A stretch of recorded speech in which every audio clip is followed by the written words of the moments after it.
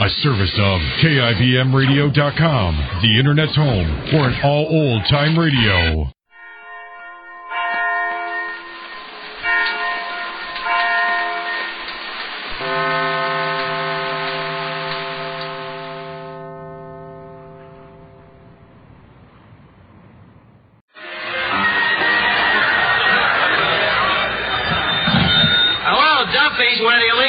Archie, the manager speaking. Duffy ain't here. Hello, Duffy. Tonight, Ida Lupino. Huh? Oh, yeah, gorgeous. He's got him where she needs him. Yeah, what the English would refer to as a rippling tomato. Yeah, she's got histrionic talent, too. Huh? Histrionic talent. Duffy, remember how Gypsy Rose Lee used to pack him in at the 14th Street Burlesque? Well, histrionic talent is when a dame can do that with her clothes on. Lupino, she's been an actress ever since she was a little trike. Huh? Yeah, her family's been in the acting racket for over 500 years. Huh? Even before Eddie Cantor. What am I doing? I'm dramatizing my book, Duffy's First Reader, for the movies. Huh? Well, I want to get it done in a hurry, Duffy, before the book becomes a classic. Huh? A classic. You know, that stuff in little print with no pictures that nobody reads. Yeah, that's a classic. Well, Duffy, I'll call you back. Okay. Mr. Archie? Yeah, Eddie? You remember the fellow what sent in one of them new silver pennies instead of a dime for your book? Yeah, Brooke. Yeah, he returned the book. He wants his penny back. 10 cents is too much for the book. You know? Oh, no. The price is low enough. You think that price is low enough, huh? Yeah, that's low enough. It's just the book ain't worth it. And pray, how do you know? Did you read it? Did you read it? I wrote it. That's why I didn't read it. Fine friends you are. Can't spend a dime for one lousy book. Just wait till Paramount buys it.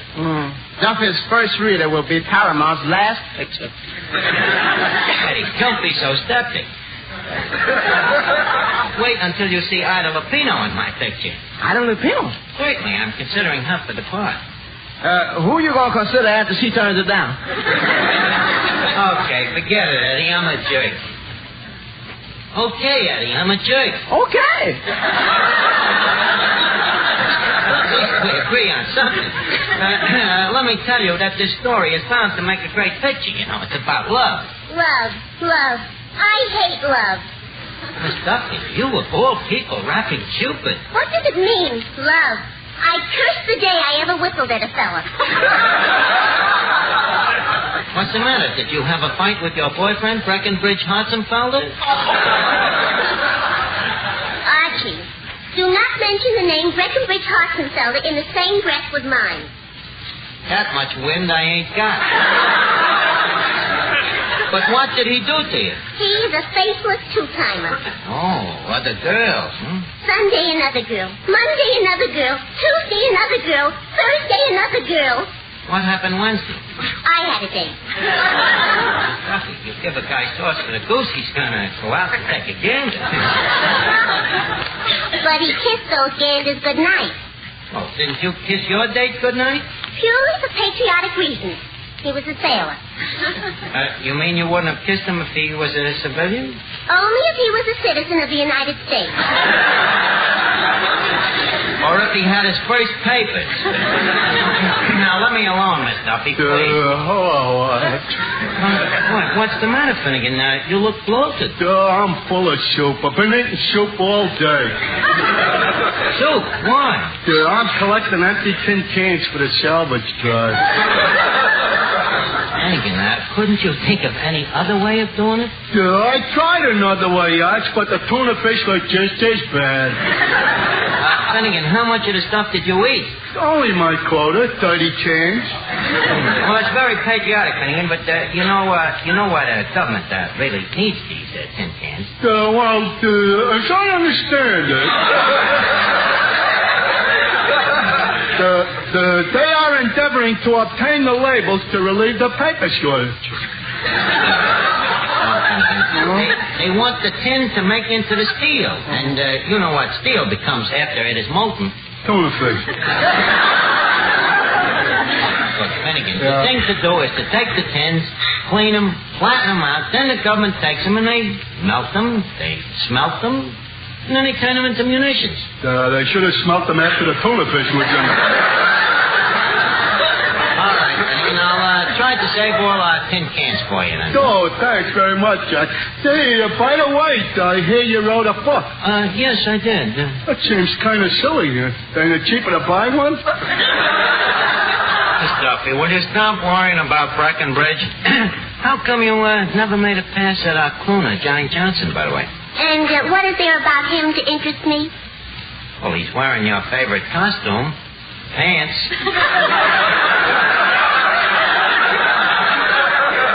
Yeah, and he ain't bad looking.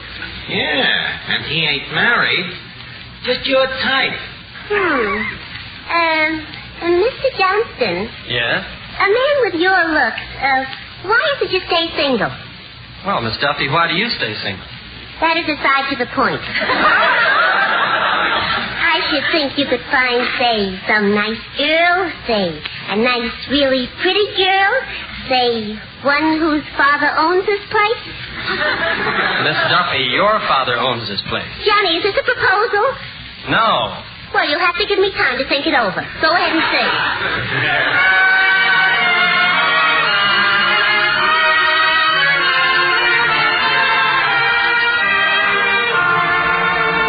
I heard you cried last night, and I know why. I heard you cried last night, and so did I. Why did you make us part? I'm so alone. Why did you take my heart? You didn't want it for your own, and if you hadn't cared to make amends, I might have never dared. We'd be just friends. So calm your fears, dry your tears, kiss the boy you adore. Now you can smile tonight and cry no more.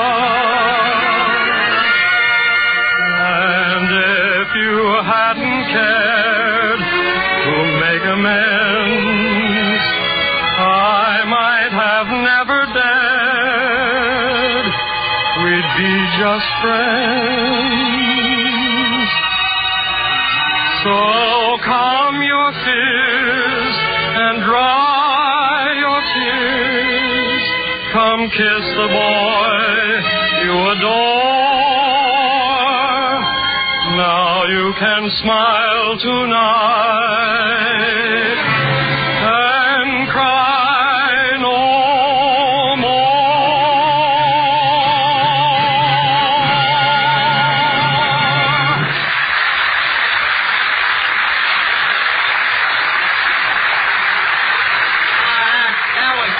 Great, Johnson, really great. Yeah, Mr. Johnson, that was beautiful. By the way, do you happen to know a song called Oh, Promise Me? Pay no attention to her, Johnny. She's a little Cupid stupid. Hey, wait a minute. Ain't that idol of peanut coming in? Yeah.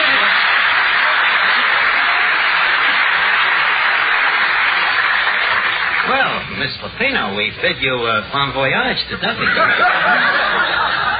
Thank you, Duffy. Duffy? Well, aren't you Duffy? Perish forbid. My name is Archie. I'm the manager here.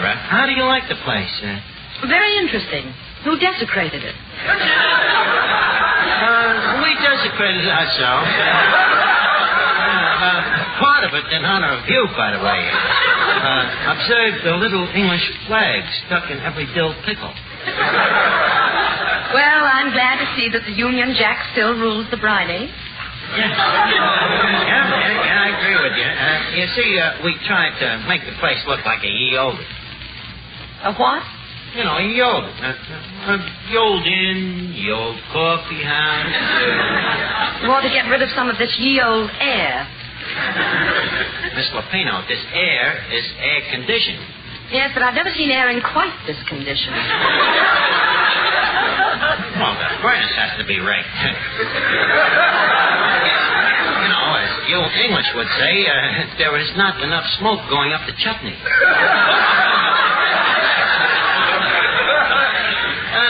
Pardon us, sit ye down, lass. Would you care for a tuppence of tea? We generally say spot of tea. Spotted, huh? Well, if you want to be sloppy about it. Tell me, would you like your tea with or without tiffins? Oh, always with tiffins. Okay, Eddie, 2 tiffins. And slice it. And while we're waiting for the tiffins, may I have a cup of tea? Well, of course. Pray allow me to dip the bag. Would you care for some cream? Yes, please. Well, we ain't got none. You'll have to take Hajimai's no. Well, that's better than pasturated. Pasturated. What some English do to their own language? In the meantime, would you care for a little snack? Well, don't you think we ought to eat first? Okay. Eddie, fill me a flounder, please. Dinner flounder coming up. Well, that sounds appetizing. Oh. What's the matter? This fillet looks rather unusual. You see, Eddie, I told you. When you fill your fish, that's the part you throw away.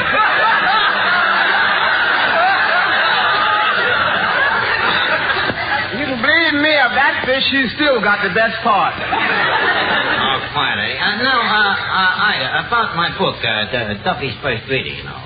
Oh, yes, your book. What's it about? Well, it's a story of my life, like biology.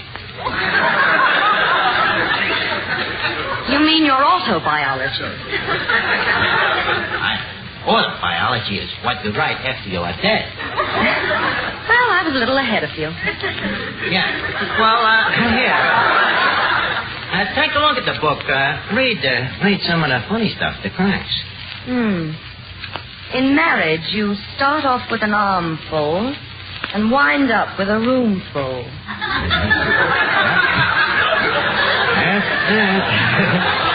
Clever stuff, huh? No old coward will kill himself.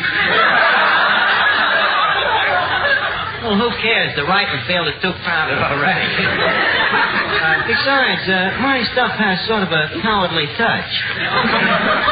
Now, Ida, what I'd like you to play in the screen version of this book. Oh, dear. I know I'm going to wake up in a minute and it'll all be over. Look, this is a breakbeat. You know, you've been making them A pictures for a long time, ain't you? Stick with me and you'll be up there making B's. Well, how can I turn it down? How can I turn it down? Well, listen, you can stand a good B picture. What about billing? Billing? We'll charge everything to the studio that buys it. Archie, how will our names appear on the screen? How will our names appear? Well, I'm willing to be fair about it. We'll make it in alphabetical order.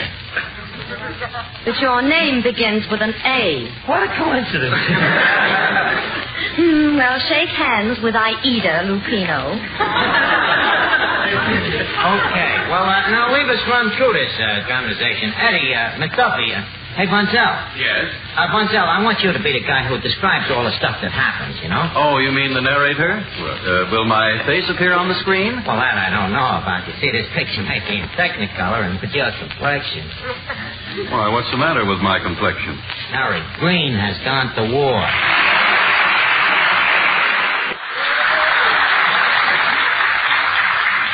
Archie. Yeah, Ida. Do you think this atrocity will make a picture? Look, they made a love story out of the life of Henry VIII. His whole life, he only had 6 dames. With me, that's a slow Saturday night. So don't worry about it. Now, everybody set with their parts? Right. Okay, Weston, ready with the orchestra? Right. Okay, quiet on location. Action, camera, roll the sets. Take it, narrator. We take great pleasure in presenting a preview of that great screen story, This is the Archie. A story adapted from the book, Duffy's First Reader.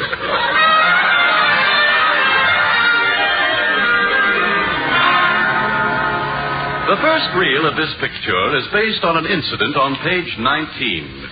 Quote, "The well-groomed lover is usually well-dressed." Unquote. Reel 1, a fashionable suburb in the heart of London. Good morrow, dear lady. Well, if it isn't Beau Archie, the bum Brummel. Come in. It is a lovely morning, dear lady. I've come to take you riding on the hounds. Oh, what a beautiful riding habit you're wearing. Are those new jodhoppers? Quick! Set me back a moon and sixpence. But you know me, always piscatorially perfect. Somebody throw him a fish. Ida, stay in a strip, please. Oh, Beau Archie, there's a reporter here from the Zip Fashion Weekly who wishes to interview you. Oh, where is the reporter? How are you? Could you give me a statement on haberdashery? That's right, haberdashery. Well, haberdashery should always blend. A loud tie should always be worn with a loud shirt. Quiet tie, quiet shirt.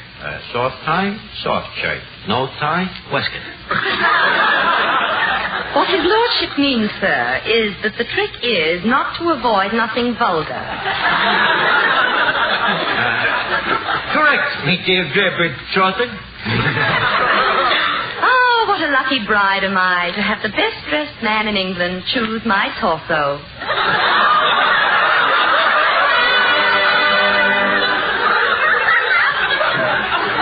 Knew the value of clothes to the lover, but not only clothes. Again, page 19, quote, "If you are going to be a successful lover, you got to spend dough.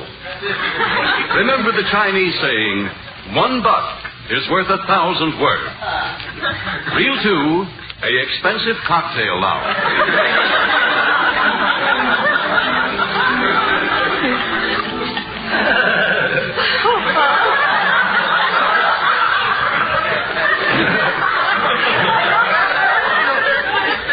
Isn't it, Gwendolyn?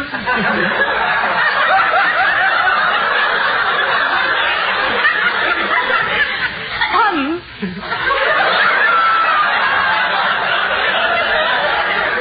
Have another salty peanut.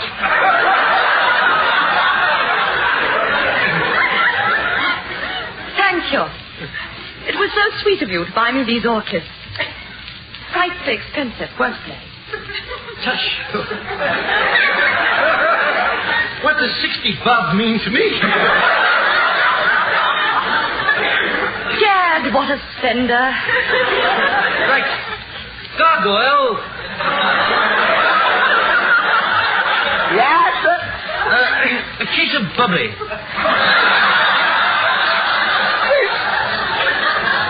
And, Gargoyle, bring me the check. Oh, please, Gwendolyn, this one's on me. You bought the last round. What is the damage, Gargoyle? 95 tuppence. 95 tuppence, eh? Here you are, 95, 96, 97. Oh, kill the buck. Thank you, Playboy. Gwendolyn, tonight I'm going to kiss you. Good night. Archie, that's so sweet of you. But I think you've done enough for me already. And now our author turns to, quote, "The choosing of a mate," unquote. The man of perspicacity will be as patriculous of choosing his mate as he will his underwear. Real Free, the home of a very wealthy English chateau. He is sitting alone with his daughter. Oh, Mater. Yes, my darling daughter. I'm so lonely. So lonely. Okay, I'll go.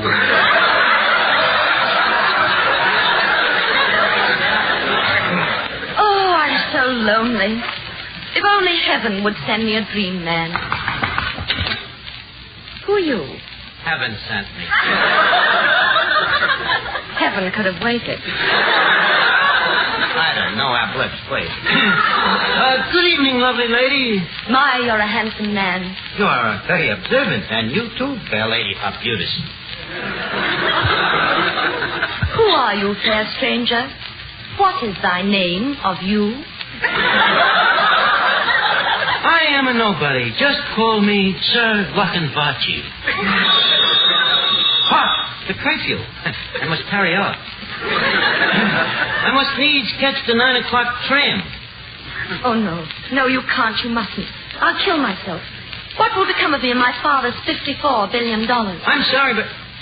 How much did you say your old man had? $54 billion. There must be a later tram. So we see with what patriculosity our hero chose his mate. And now... Wait a minute, Harry. Listen, Ida, where you going? Don't you like this picture? Well, Archie, I think it's a little too serious. You see, today Hollywood wants escapist pictures. Escapist pictures, huh? Well, how do we do that? Well, I'm using the fire escape. You're on your own. Good night. Wait a minute. Oh, this is horrible. No. And now on page 19, we will show you why our hero never lost a dame. Oh, shut up, Harry. Now, before we leave Duffy's Tavern, leave us put a couple of nickels in Duffy's jukebox. Duffy's jukebox, where the feet meet the beat. Well, the platter's spinning, the needle's in the groove, and here's the first number coming up.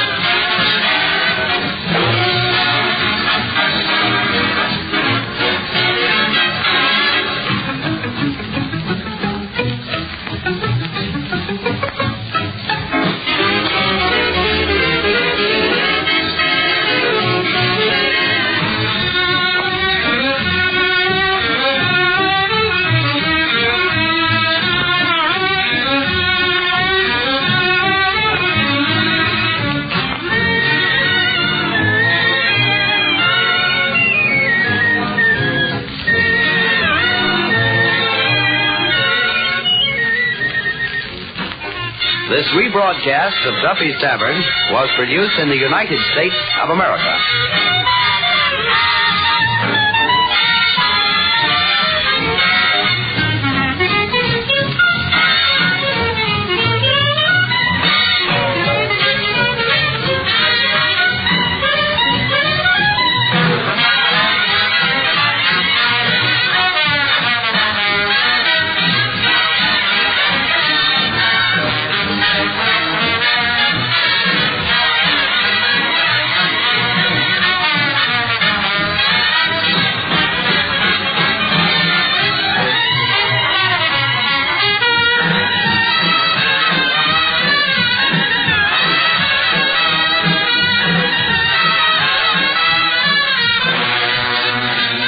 Myers, the makers of Sal Hepatica, famous laxative, and Minute Rub, modern chest rubs, brings you Duffy.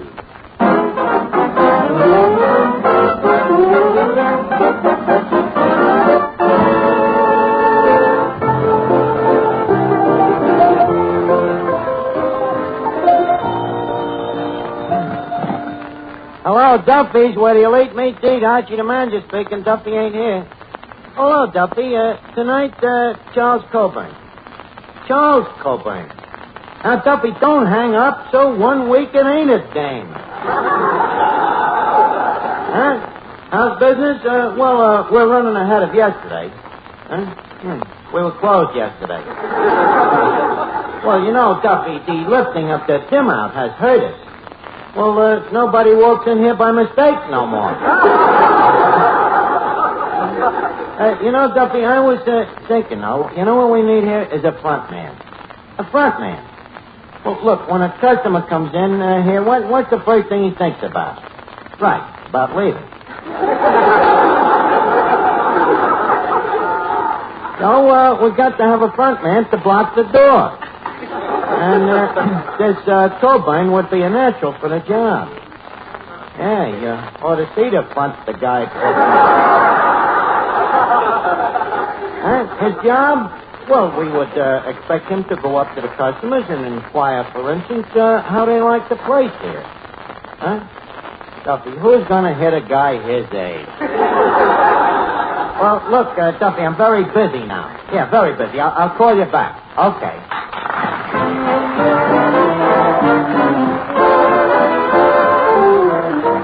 Ladies and gentlemen, welcome to Duffy. Come on in and meet Finnegan, Eddie the waiter, Miss Duffy, Johnny Johnston, Paul Weston and his orchestra, our special guest tonight, Charles Coburn, and Archie himself, Ed Gardner. Okay, Eddie. Excuse me. Hello? Duffy, will you stop bothering me with these phone calls? Well, I told you I'm busy. Listen, I am doing something very important. Goodbye. Okay, Eddie, deal out the card. Okay, Miss Archie. Boy, this is a wonderful game. What'd you say was the name of it? It's called Jim Rummy. Named after that famous gambler, you know, Diamond Jim. Diamond Jim? I thought you thought this game was called Gin Rummy.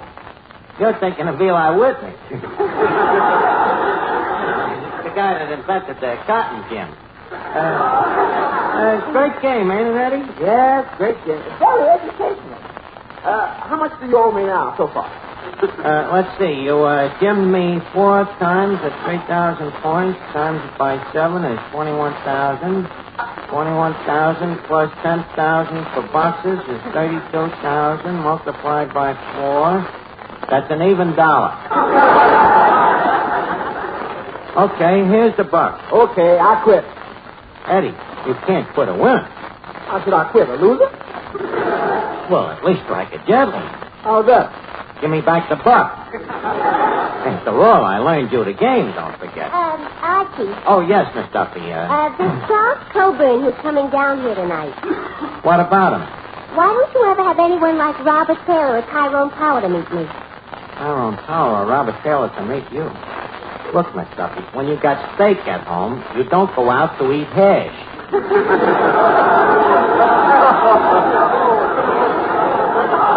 Besides, we ain't running no matrimonial brewery.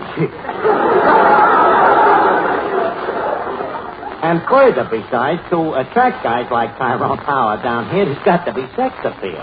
And what is sex appeal? Nothing but sheer, plain animal attraction. Animal attraction. Miss Duffy, have you ever been to Earl Carroll's? Yes. Did you ever see crowds like that at the zoo? Anyways, I thought you was all through with men since Breckenridge Hartenfeller busted your engagement. He didn't bust the engagement. It was by mutual agreement. Mutual agreement, huh? Yes. He said he was through with me, and I agreed not to bother him anymore.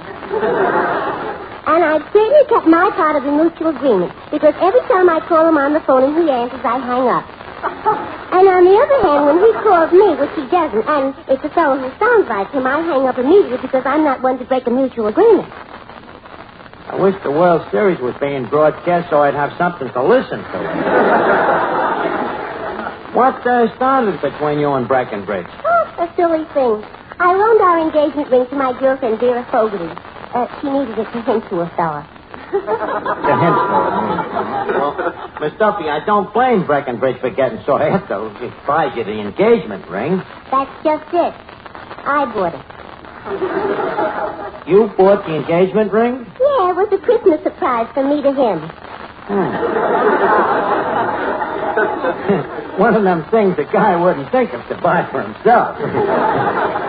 Excuse me. Hello? Just a second, Miss Duffy. It's Vera Fogarty. Oh. Hello? Oh, hello, Vera. What? You want to come down? Don't waste your time, Charles Coburn. Vera, you still got my engagement ring? Who came for it? What man? From the finance company. But, Vera, the diamond is half paid for. I only owe them $6. What? Oh, you got it back, huh? See, Vera, how'd you do it? Oh, you got engaged to him. What? Me? No, Vera. I'm finished with men forever. Archie, exactly how old is Mr. Coburn? And exactly why do you want to know? Well, in case he happens to find me irresistible. Look, Miss Duffy, the guy may have gray hair, but his eyes are still good. Now, please, leave me alone. All right. Well, hiya, Finnegan. What you been doing all day? Playing cards. Me and my brother was home playing solitaire with each other. The two of yous playing solitaire? So what else could we play? We only had one deck of cards. So you're very handy with the cards, huh, Finnegan? Oh, very handy, Art. What is your specialty? Flipping them into a hat. Finnegan, would you like to play a little rummy? A little rummy? Why not? I'll play anybody. Finnegan, I meant Jim rummy. You got any money? $50. Okay, I'll play you for it. Okay. Will it make any difference to you if I don't know the game? No, but it might make a little difference to you. Here, leave us deal of cards. Take off your hat and coat, make yourself comfortable, put up to $50. Hey, Finnegan, what do you do? Don't take off your coat in this kind of weather. Please, Von Zell, this is my pigeon. No, but Finnegan can catch a cold awfully easily dressed like that. Well, ain't there thousands of other people that can catch cold just as easy as Finnegan? Certainly. Well, you get the idea, Von Zell. Oh, sure. Ladies and gentlemen, we all know how easy it is to catch cold nowadays. Okay, Finnegan, now leave us deal out the cards. But maybe you don't know how very easy it is to get after those distressing cold symptoms. When they're making you miserable, your nose is stuffed up and there's that aching feeling in your muscles, just get some Minute Rub, modern chest rub, and massage it briskly on your chest and back. Yes, it's as simple as that. And even before you've finished, you'll feel a comforting sensation of warmth as Minute Rub begins to soothe the tightness and discomfort caused by your cold. And at the same time, Minute Rub's active menthol vapors aid in relieving that congested feeling in your nose and throat. Remember, too, that Minute Rub won't harm clothes or linens. It's greaseless and stainless. Actually seems to disappear as you rub it on. So get after those aggravating cold symptoms with this modern chest rub that takes only a minute to use. Only a minute to start bringing welcome relief. Minute Rub. That's MINITRUB. Minute Rub.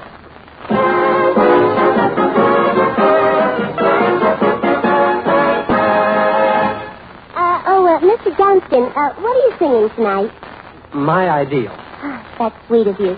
Johnny, have you been avoiding me because I've been engaged? No, I haven't. Haven't what? Haven't been avoiding you. Why? Because you're engaged. Well, I'm not. Well, that clears that up. Deal the cards, Finnegan. Johnny, you don't seem excited at the news. What news? I am at liberty. Give me death. Come on, Finnegan, deal the cards. Sing, Johnson. Go ahead. Don't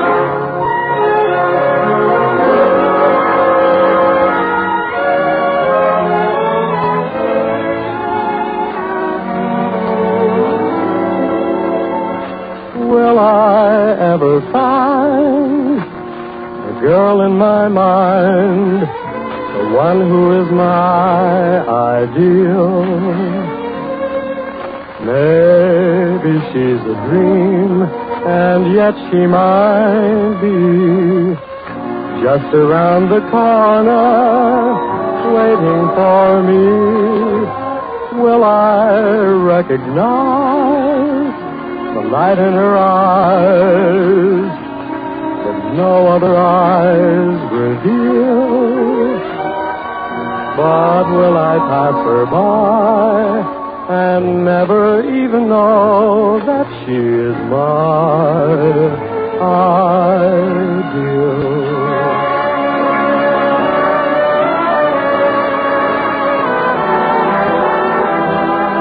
The girl who is my ideal, maybe she's a dream, and yet she might be just around the corner, waiting for me. Will I recognize the light in her eyes that no other eyes reveal?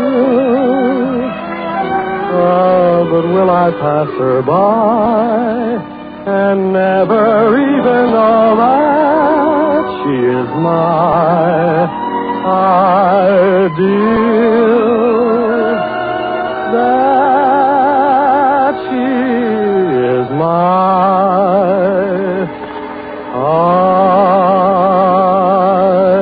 ideal.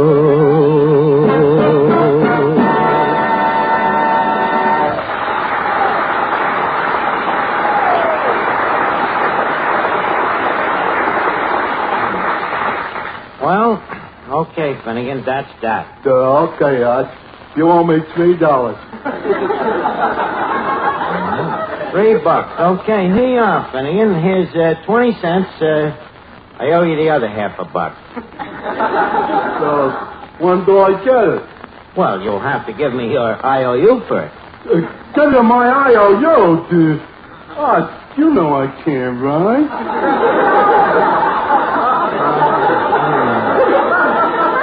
Well, never mind. You're an old friend. I'll trust you.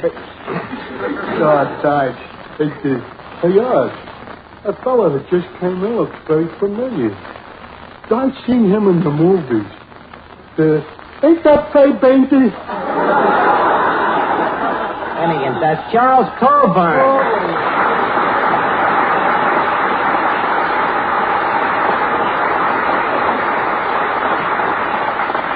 Mr. Coburn, may I tell you that many great stars have passed through these portholes?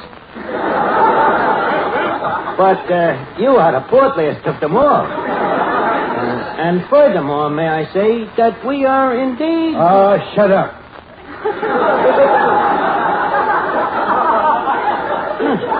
So, this is Duffy's, eh?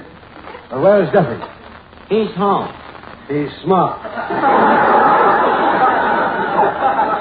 Well, his daughter is here. She ain't so smart. I'll introduce you, Miss Duffy.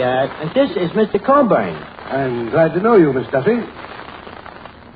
I'm sorry, Mr. Coburn, but May can never wed December. Miss Duffy, December didn't even ask you. Oh, no? Did you see the look in his eyes? Forgive me, dear lady. I was carried away by your lovely, ravishing face. I can go along with a gag.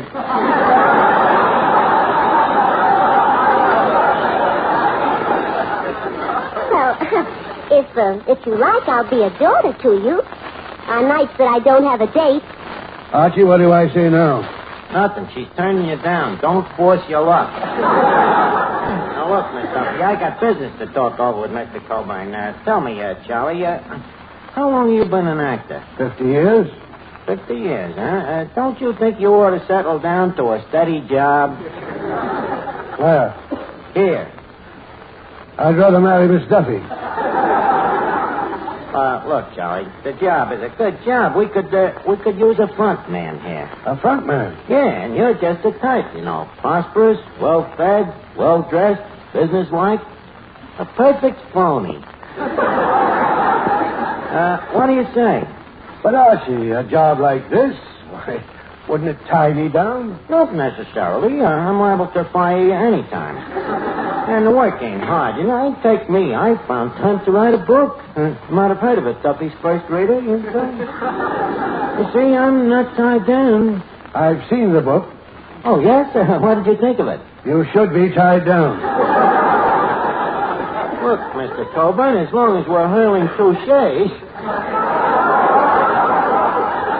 I happen to have seen your last picture, and only one thing kept me from asking for my money back. What was that? I sneaked in.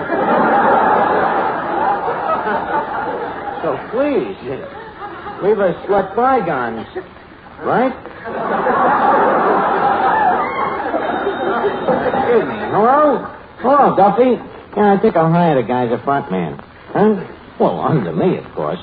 Yeah, certainly. Sort of a second front man. Yeah, well, we'll let him stand over near the cash register. Huh? Well, we can have him bonded. Well, no, I don't think we'd have to. You know, he's more the settle type. Not bright enough to steal and too old to run. Yeah. Okay, Duffy. We'll be with you in a second, Mr. Coburn. Hey, Eddie. Listen, Eddie, I've just been talking to Duffy. We got to test this Coburn's character. Character, huh? Yeah, that's one thing about me, you know, Eddie. I like honesty. I wouldn't have a guy around unless he's got character. Well, how you going to test him? We'll clip him in a poker game. That's one sure way to find out about a guy, you know, playing poker. Oh, and if he wins, he ain't got no character. Well, it depends on how much he wins. Yeah? Did I hear you fellas say you were going to play poker? Yeah, Harry, you want to get in on it? Oh, no. I'd just stand around and make suggestions. Kibitzer, huh? Well, Archie, it's all right if the suggestions are good ones, isn't it? Well, such as... Well, such as, ladies and gentlemen, if on a day when you have special plans you wake up with a miserable headache because you need a laxative, it may seem as though those plans of yours make it necessary to put off taking that laxative till bedtime. Well, it just isn't so. For if you take Sal Hepatica right away, then this famous saline brings quick, gentle relief, usually within an hour. So you can see you don't have to wait till night to take the laxative needed in the morning. Don't have to go through the whole day feeling out of sorts. And remember, Sal Hepatica has this additional advantage. Sparkling Sal Hepatica also helps sweeten an upset stomach by helping to reduce excess gastric acidity. So tonight, or first thing tomorrow, get yourself an economical bottle of Sal Hepatica, remembering this, caution, use only as directed. Then anytime you need a laxative, whether morning, noon, or night, see if you don't feel better faster when you take gentle, speedy Sal Hepatica.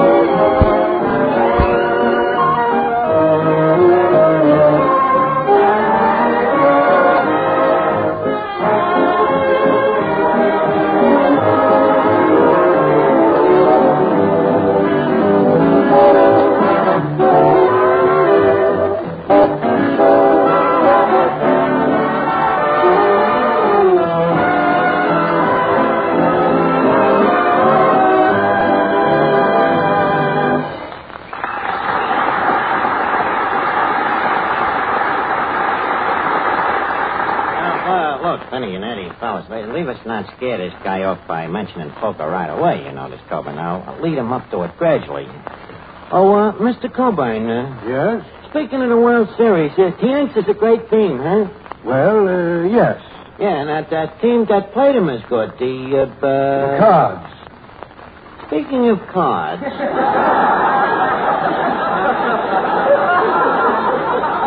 how would you like to indulge in a nice sociable game of, say, Jim Rummy? Well, frankly, I don't know much about cards. You don't, huh? No. About 6 years ago, I did play a game called poker. Okay. What kind of a game is that? Well, it's so long ago I've forgotten. Yes, so have I.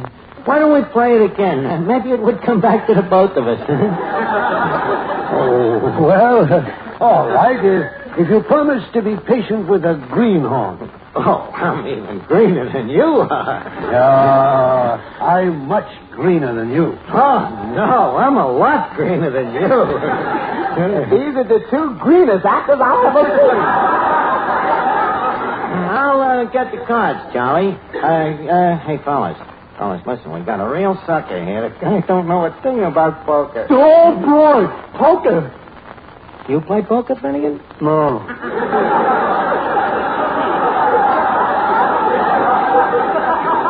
No, I don't, but I got some luck. Well, if you got any kind of luck at all, that's the kind. Now, Finnegan, all you got to remember in poker is one thing. So what's that? Don't go into a pot unless you got four of a kind. 4 of a kind, eh? That's right. Yeah. Don't go in unless you got 4 of a kind. Yeah. Well, Mr. Coburn, what do we play for? Say, 1 and 2? Okay. 100 or 200 is all right with me. 100 and 200. Oh, that'd be okay by me, but Eddie here's only a waiter, you know, so let's compromise, huh? Make it 2 cents and 4 cents. Now, go ahead and deal out the cards. Do you know how to deal? Well, I used to be able to. Now, let me see. 3 missing.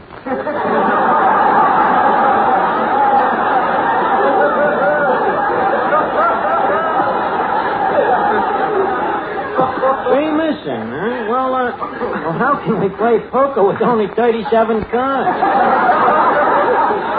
Well, by a very fortunate coincidence, I happen to have a deck of cards in my pocket. In your pocket? How long did you say it was since you played? 6 years. This is an old suit.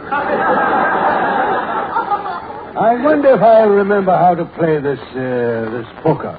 Oh, you'll remember. Now, how are we going to play? Straight poker, jacks are better. Bury 4 cards on a misdeal.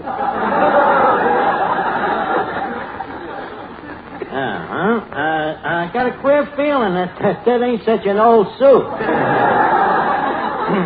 Now, stick to the cards, Eddie. Let's see.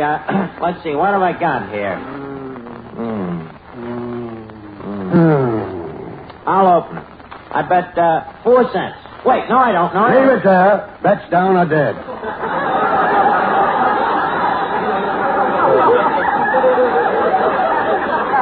Hey, what does that mean, bets down or dead? Well, it's sort of a poker time, you know, like baby needs a new pair of shoes. What are you going to do, Eddie? I'm dropping out. Me too. Me too. Take the money, Mr. Coburn. Oh, do I win? Yep, you win. Well, this is great fun. Yeah. What did you have? A pair of bullets. A pair of 1 spots. You deal, Eddie. Finnegan, by the way, what did you drop out with? Oh, nothing. 3 kings. You dropped out with 3 kings? Oh, you told me to only go with 4 of a kind. But... Okay, wait until you get 4 of a kind. Okay. Here's your cards, gentlemen.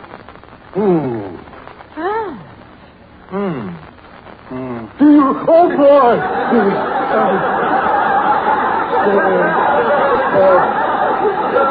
Wait, I open it. You open it, Finnegan? In that case, I think I'll drop out. I'm out, too. Well, I'll stay. Okay, how many cards you drawing? None. I'm standing pat. Oh, yeah? Well, I'm standing pat, too. Very shrewd poker, Finnegan.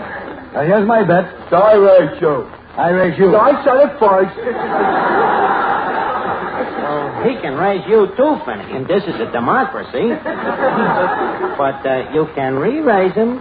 Okay, I re-raise you. I re-raise you. Okay, I raise and I re-raise. I raise and I re-raise you again. I double it. Okay, I'll drop out. I ain't got enough dough. Now, wait a minute, Finnegan. I might back you if you got what I think you got. Don't worry, Archie. I got him. You got him, huh? Okay, that's good enough for me. Coburn, we raise you 2. 4. 8. 16. 32. 64. Give me a pencil.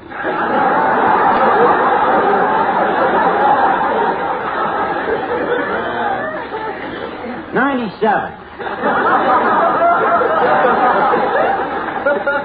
Now, what do you got? A straight. 10, Jack, Queen, King, Ace. That's all? Finnegan, show your card. There you are, Rog.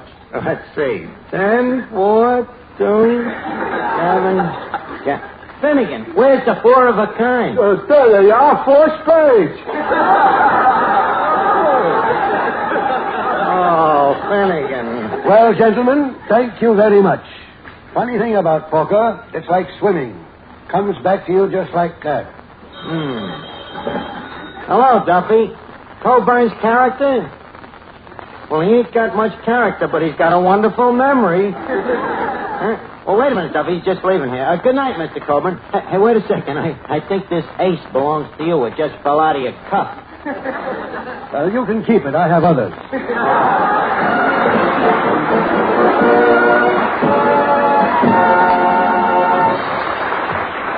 Ladies and gentlemen, have you sent for your copy of Duffy's First Reader yet? If you haven't, do you mind if I tell you to hurry so you won't be disappointed? I'm not kidding when I say they're going fast. Because for only 10 cents, where else could you get what Duffy's First Reader offers you?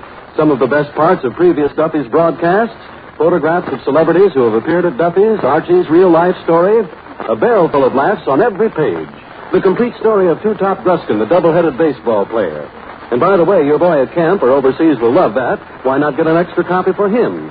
You can get all you want as long as they last by sending a dime for each one, sorry, no stamps, and your name and address, of course, to Duffy's First Reader, Box 67, New York City, New York. Don't send your dimes to the station you're listening to now. Send them to Duffy's First Reader, Box 67, New York City, New York.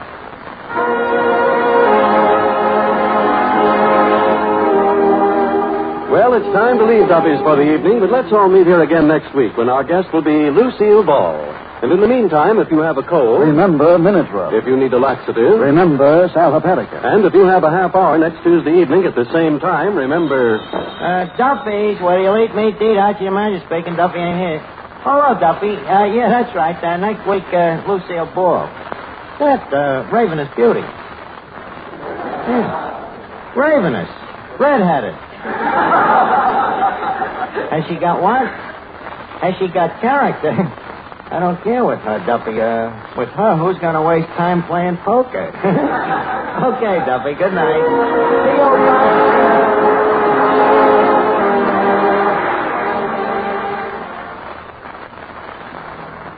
Just a minute, mothers.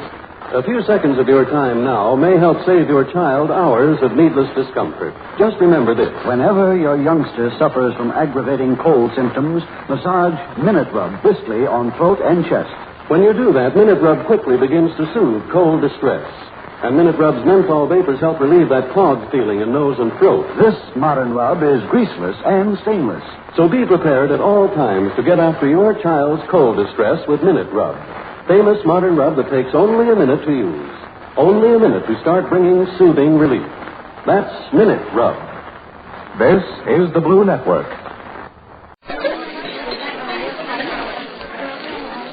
The Special Service Division invites you soldiers, sailors, and Marines of the United Nations to drop in at Duffy's Tavern.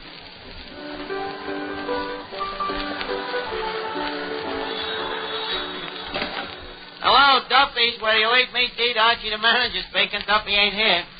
Hello, Duffy. Tonight, Lucille Ball from Hollywood. The tomato with the carrot hair. Yeah, very nourishing. Oh, you'd like a dish like that, huh? But you also like blondes and brunettes, too. Where do you draw the line? Oh, you don't like bald-headed dames. Yeah. Well, Duffy, I can't talk now. I got to get ready for good old Lucille. Oh, sure. Her and I used to be nips in the bud together. Yeah. Certainly. She's from Brooklyn. Huh? No, when she was a kid, her parents migrained out of there. Yeah. Yeah, to escape persecution. Her father was a Yankee fan. Yeah, Duffy. Yeah, this is going to be old home week. Okay, I'll call you back. Goodbye. Hey, Mr. Archie. Yeah, Eddie. That movie actress, Miss Ball, just called. Oh, yeah, huh? Good old Lucille, my dear friend and childish sweetheart. Yeah. Your dear friend and childish sweetheart just called and wants to know who's Archie. She was kidding, Eddie. Why, she and me was tomboys together. Gee, she was a pretty girl. Yeah, she was a pretty girl. She was madly in love with you, and she would die for you, and she wanted to marry you. You're psychopathic, Eddie. How did you know? That's easy. I just thought of the truth and stayed as far away from it as I could. Listen, Eddie, yesterday that might have been funny, but yesterday I was a nobody. Today, who knows? Maybe I will be. An old friend of mine is going to have me listed in that book of famous men. Who's that? You don't mean whom's who? Hey, whom's who? You mean who's whom? When you split an infinitive, you must first modify the participle. No, Eddie, this is a similar anthropology. It's called Who's That? Read this letter, Eddie. Dear... read the name of the publisher. Human and Shyster. Dear boyhood friend Archie. How are you, Arch, old pal? I am doing very well, as you can see by feeling this very extensive stationery. I just remembered that you are an old friend, and consequently I am in a position to have your name listed in our book, Who's That? Since you are an old friend, this will cost you nothing. Always glad to help an old friend. Signed, your old friend, J. Wentworth Ashley, formerly Joe Clinker. Yep, good old Stinker Clinker. Haven't seen him in years. That was his nickname, Stinker. Why did you call him that? And besides, none of us could stand him. So, you see, Eddie, with me name coming out and Who's That, Lucille Ball is in no position to snub her toes at me. I'm a somebody, too. Good evening, Arch.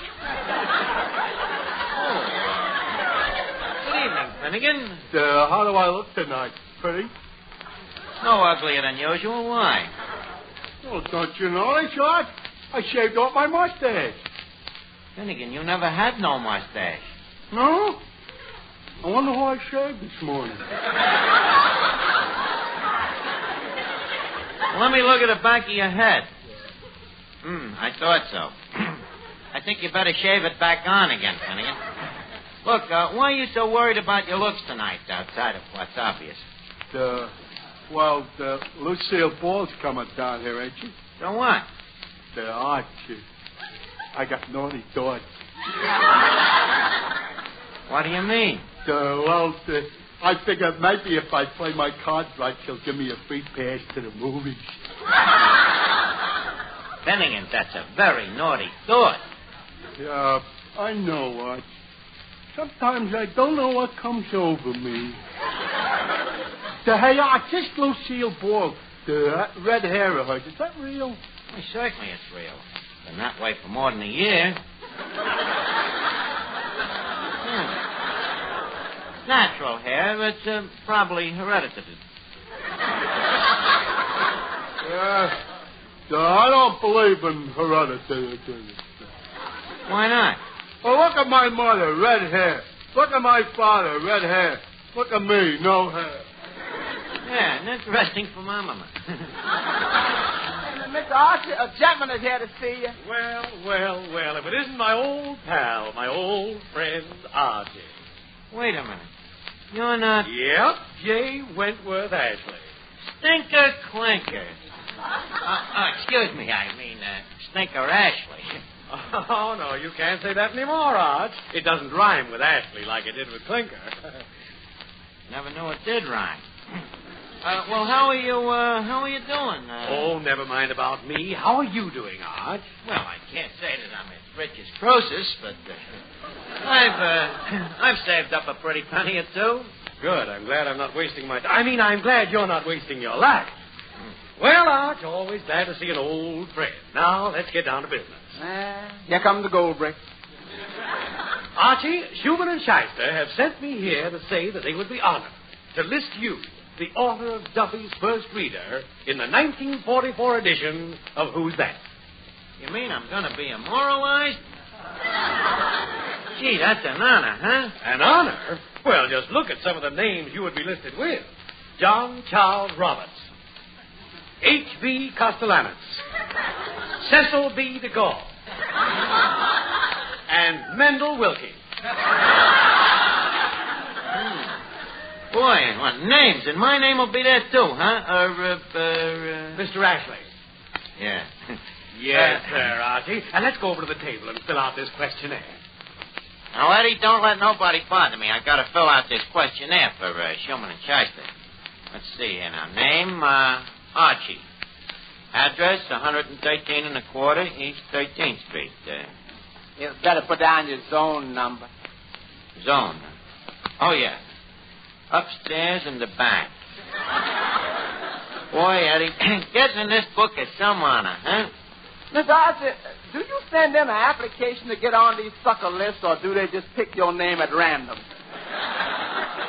What do you mean? The guy didn't ask me for no dough, did he? If the day is still young. Eddie, please, don't be so skeptical. Archie, have you got another actress coming down here tonight? Yeah, Miss Duffy, Lucille Ball. And what's wrong with actresses? Nothing. But why do they always have to be girls? They got a strict rule in Hollywood that all actresses have to be girls. Listen, why was you so late tonight? Where was you? Down at the 10 Jolly Girls AC and Athletic Club canteen. Them 10 ugly dames got a canteen now?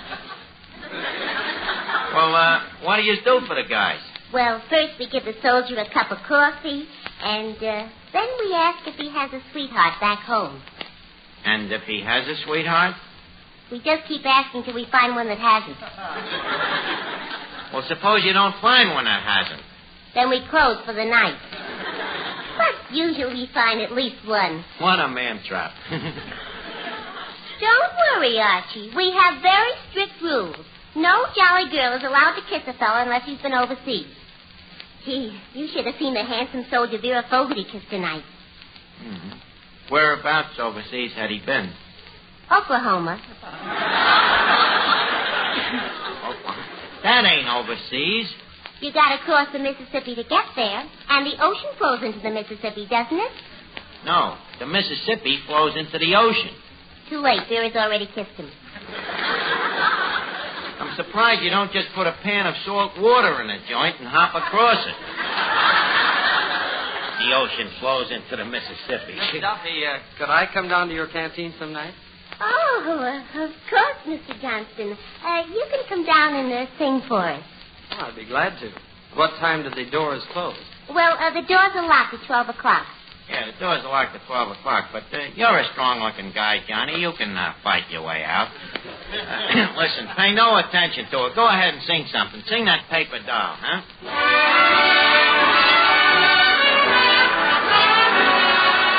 I'm gonna buy a paper doll that I can call my own. A doll that other fellas couldn't steal. And then the flirty, flirty guys with their flirty, flirty eyes will have to flirt with dollies that are real. When I come home at night, she will be waiting. She'll be the truest doll in all the world. I'd rather have a paper doll to call my own than have a fickle-minded, real live girl. I'm gonna buy a paper doll that I can call my own, a doll that other fellows wouldn't steal. And then the flirty, flirty guys with the flirty, flirty eyes will have to flirt with dollies that are real. When I come home at night, she will be waiting. She'll be the truest dolly in the world. I'd rather have a doll that I can call my own than have a fickle-minded, real-life girl.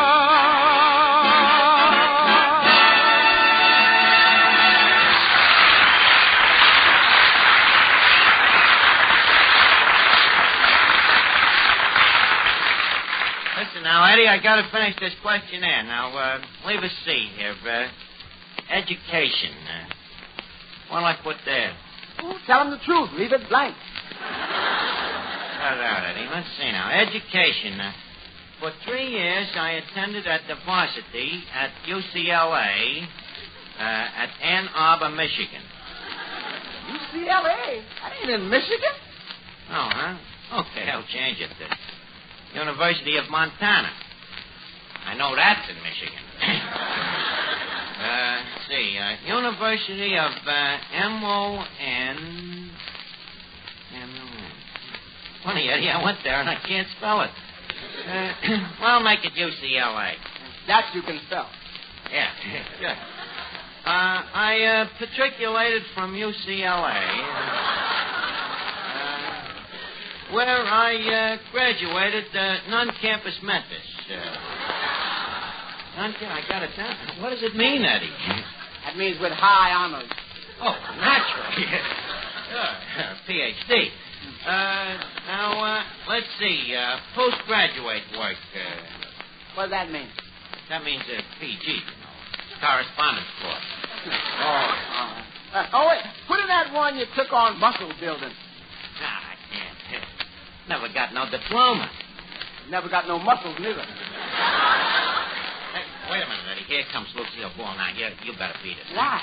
Well, she probably wanted to be alone with me. You know, this is a sentimental moment. Well, Lucille Ball.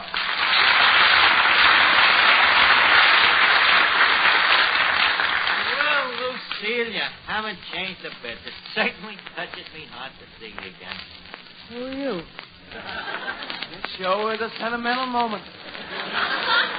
Who am I? Lucille, think of some of the nicknames of guys you used to know when you was a kid. Well, let's see. There was one that we called Shorty the Jerk. That wasn't you. No. I was a tall guy. And then there was another one we called Handsome. No. Come on, think. Wait, you're not Sammy the Sissy. Perish forbid. Look, Lucille, maybe I can refreshen up your memory. Remember how the gang used to get under the fire hydrant? Remember? Get under the fire hydrant, the whole gang on a hot day, and you was such a snob. You always insisted on wearing the bathing suit. Fire hydrant? Yeah. Look, you remember Lefty's Metropolitan Museum of Pool? Where all the bums used to hang out? Oh, now I remember you. Say, oh, yeah. Archie, yeah. If I had told you my nickname, you would have remembered me in a second. What was it? I don't want to say it. Go ahead. What was it? I don't know. What was it? The sheep.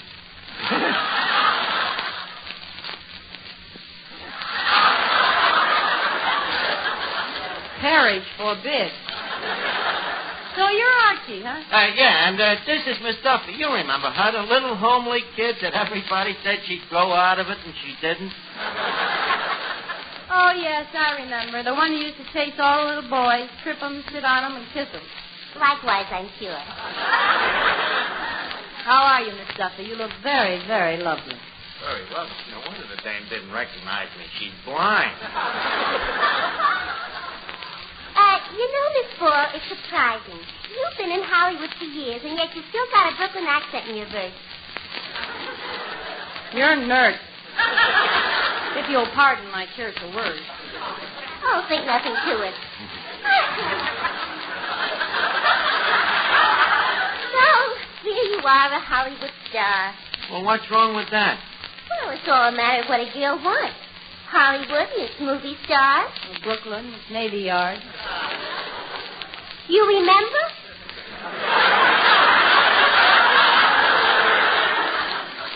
But what I mean is, movies is all right if one wants to make a silly career of kissing a different fella every day. One day, Clark Gable kissing you, and then the next day, Tyrone Power, and then the next day, Robert Taylor. Anyways, where could Papa get another cashier? Look, Miss Duffy, please. Papa desires the monthly inventory. Go count the pickled pig's feet, please. Well, Lucille, oh, by the way, you don't mind me calling you Lucille. Not at all, Chief. Well, Miss Ball. You haven't mentioned how you like the place here. Oh, yes, I have. Under my breath. Well, let's hear it. We like ladies' comment. This isn't a lady's comment. Well, anyways, it's lovely to see you again. You don't know what it's been like, you know. You in Hollywood, me in New York, over 300 miles apart. As the crow flies. How else would I go? Yeah, I was afraid with all that horrible expanse betwixt us that our twains would never meet. How tragic. Yeah, it was. What was I saying again? You were saying something about you being a nobody. Was I? Well, I assumed it. Well, that's where you were wrong. I am no longer a nobody since I wrote this book, this Duffy's First Reader. You remember, I always had a talent for writing. Yes, I remember those fences in Brooklyn. Not only fences. I used to write on... Well, mostly it was fences.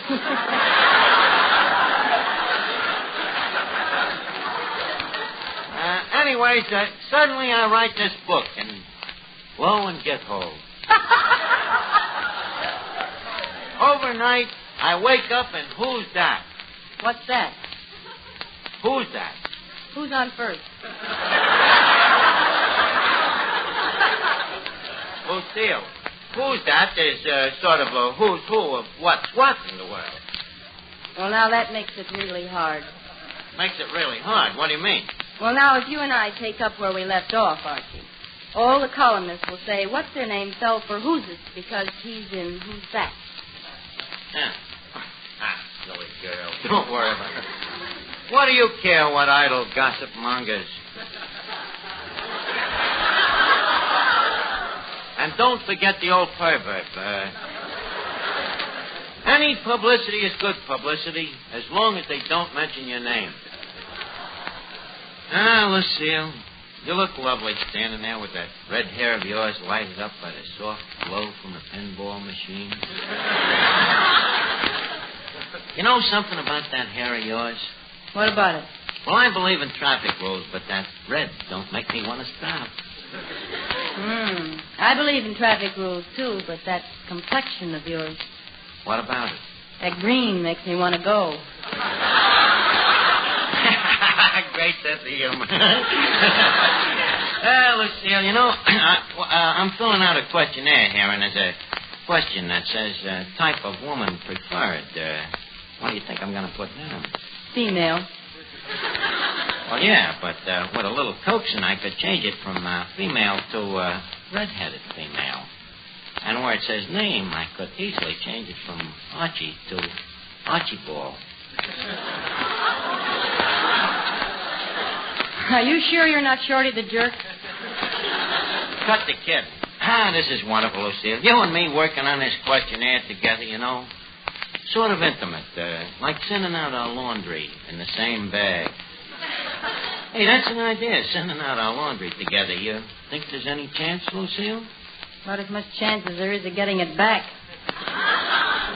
Am I to take it that you spurned to be known as the future Mrs. Archie? Crazy, ain't I? Well, Archie, have you finished the questionnaire yet?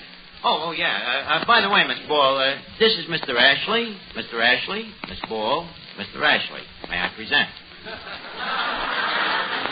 How do you do? I understand this is a sort of a reunion.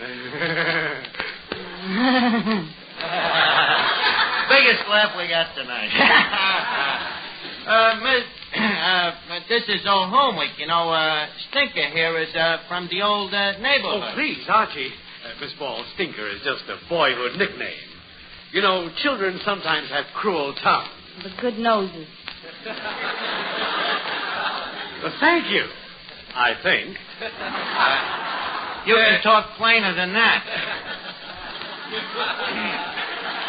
Now, Archie, I'd like your opinion of one more thing. What kind of leather do you think the book should be bound in?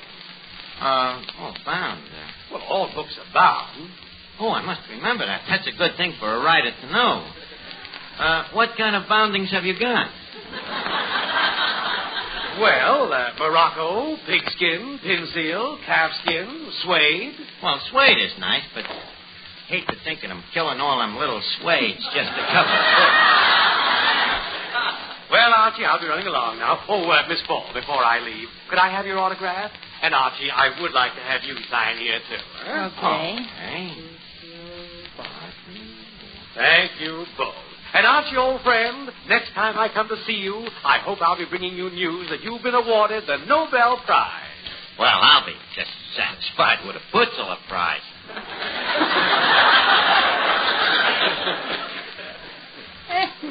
Well, so long, Stinker. So long, Arch, and here's your receipt. Thanks. You know, Lucille, there's nothing like old friends. Hey, what do you mean by a receipt? Wait a minute, what is this thing? Let me see. I, the undersigned, agree to purchase 10 volumes of Who's That? How do you like that? What an Ashley that Stinker turned out to be. Wait a minute. I signed one of those things, too. How do you like that? An old friend from Brooklyn. Yeah, and he sold us the bridge.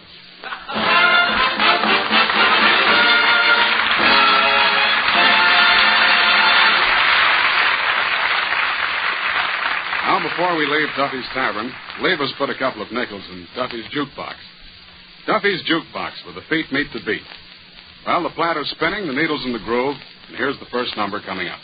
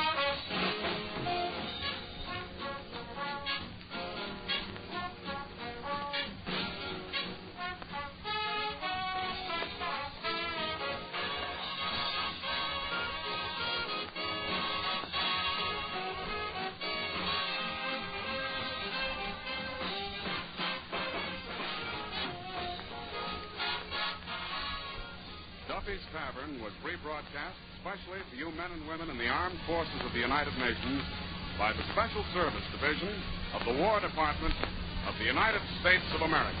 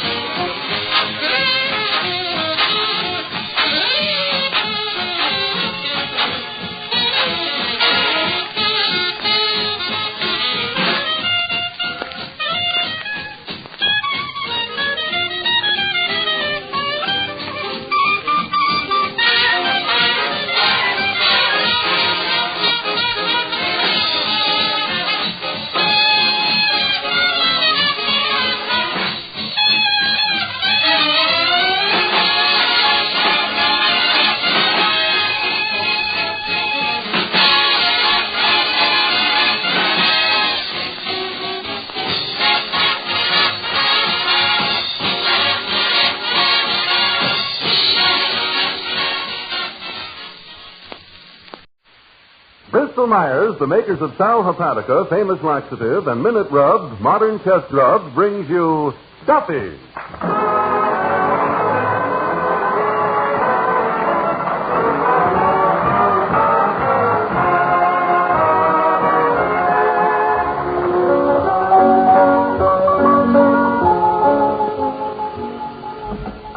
Hello, Duffy's, where the elite meets eat. Archie, the manager, speaking. Duffy ain't here.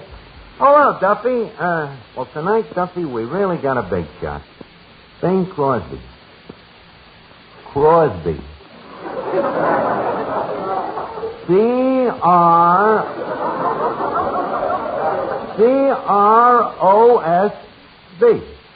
Yeah. You know the guy, Duffy, the straight man in the Bob Hope picture.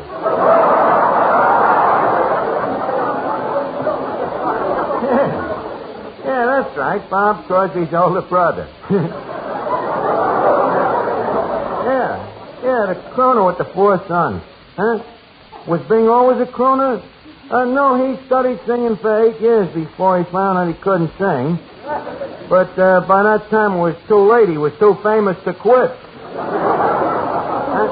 Hey, Duffy, why don't you tell Bing and have an interest in a joint here? No kidding. Well, a guy like that could help us with the labor shortage. He grows his own bus boy.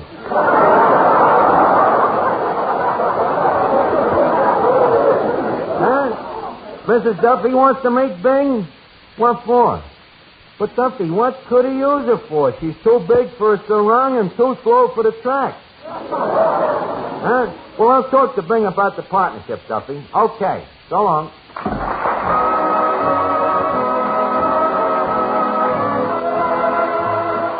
Ladies and gentlemen, welcome to Duffy. Come on in and meet Finnegan, Eddie the waiter, Miss Duffy, Paul Weston and his orchestra. Our special guest tonight, by courtesy of Kraft, Bing Crosby, and Archie himself, Ed Gardner.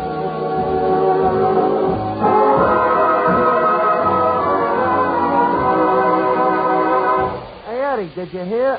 Bing Crosby might buy a half interest in this place. What? Bing Crosby? The one that wears them shirts? Yeah. The one with the 4 sons? Yeah. The one with them race horses? Yeah. You gonna buy a half interest in this place? Yeah. I suppose he just don't care anymore. Listen, Eddie, with good management, this place could show a very nice overhead. Especially with the new floor show that I wrote for Crosby. Oh, you wrote it, huh? Yeah, I wrote it. It's going to have the same flavor as his radio show. He's on a cheese program, ain't he? Yeah, good, huh? Let's see now. There's Trudy Irwin, John Todd-Stoddard. Cobb Temperature. Yeah, that Yuki. Who's going to be Yuki? You? Oh, no, I'm too statuesque. For the part of Yuki, I got to get a guy that's very short and a little stupid. Hiya, Finnegan. Not quite short enough, huh? No, but he's a little more stupid, so it comes out even. Finnegan, how would you like to be an actor? An actor? Oh, boy. I got my dumb. I got you, dear. I got you, dumb. Oh, that's the more. Oh, I got you, dumb. Finnegan, calm yourself. Anything more? Stop it, will you? Finnegan, look, I don't mean a song and dance man. I mean a comedian. So, comedian? Yeah. Arch, I got a good joke. Why does your fireman wear red suspenders? Why? To get on the other side. Finnegan, I'm afraid your humor is a little too delicate for this show.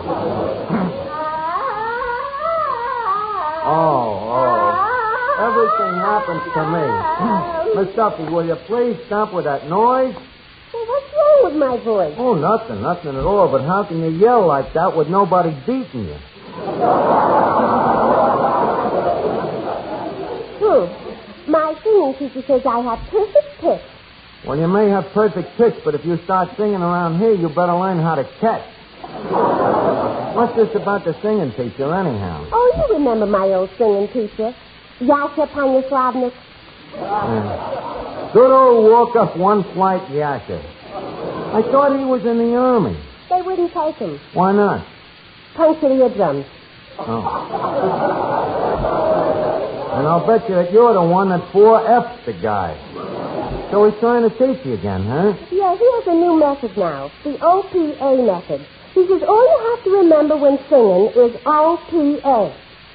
OPA? Yeah. Open, please, the adenoids.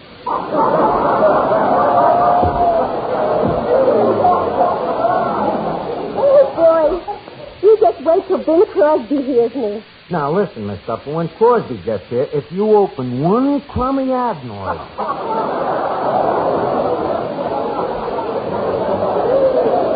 trying to get the guy to buy a half an interest from your father. Oh, Papa's partner. That's very interesting. Miss Duffy, he's buying an interest only in a joint. You still belong to Daddy. Besides, the guy is married. That's the trouble. Papa always has to have partners that are married. What other partner is married? Mama.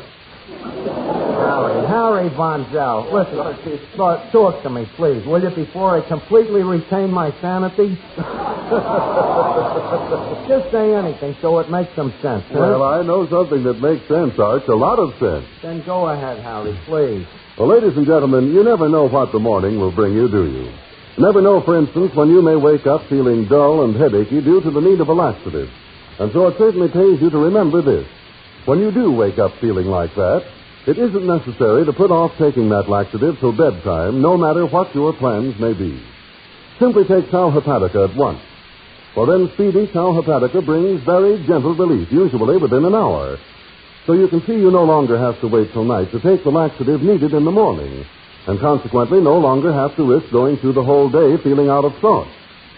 And don't forget, this famous saline has an additional advantage. Sparkling Sal Hepatica also helps sweeten an upset stomach by helping to reduce excess gastric acidity. So sometime soon, tonight if you can, stop at your drugstore for an economical bottle of Sal Hepatica. Remembering this, caution, use only as directed, then any time you know you need a laxative, morning, noon, or night. See if you don't feel better faster when you take gentle, speedy Sal Hepatica.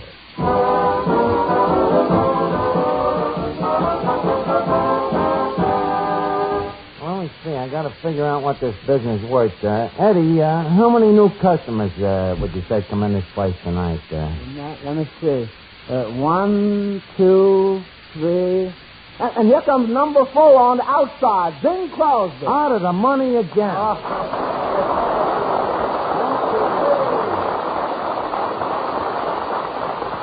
Well, Bing, welcome to Duffy's. How do you like the joint here? Frankly, Archie, it warms the cockles of this peripatetic old troubadour's palpitator to find himself so unostentatiously ensconced within the sacred precincts of this Tanglefoot Emporium.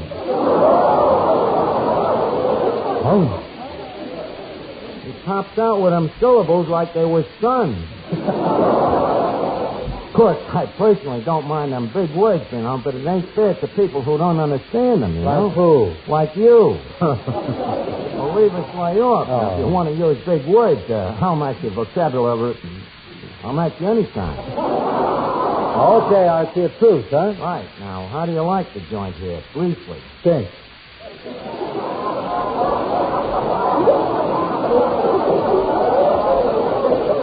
You don't have to be that briefly. Well, your old man was down here last week. He liked the place. Oh, yeah. Well, Pop always was a dive man. Old Tanker Crosby, they used to call him. Up in the Northwest. But by the way, he was a little embarrassed, Archie. He says he came away without paying his check. Oh, well, tell the old gentleman to forget it. We'll add it on to yours. Eddie, get Mr. Crosby a steak. By the way, at 20 cents, he can afford it. By the way, Ben, your old man was saying how nice you sound. You know, how you all get along in your family. Oh, yeah, Archie. We'd give each other the shirt off our back. And you still get along, huh? Archie, are you knocking this creation that I'm affecting with the number? Look, Crosby, in this neighborhood, there's 59 guys with lead pipes that's just looking for somebody with them creation like that.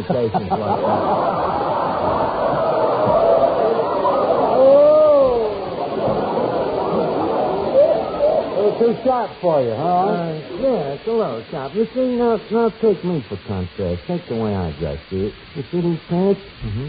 This will be part of a whole suit. Yeah? You see, it's quiet. Good taste.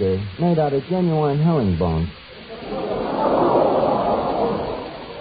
Herring, huh? Yeah. The knees look a little marinated, I thought. Yeah. And now take my steak, Look at it. Simple. Not a bit contagious, You got a cute idea there, too, that having the collars and the cuffs trimmed in black.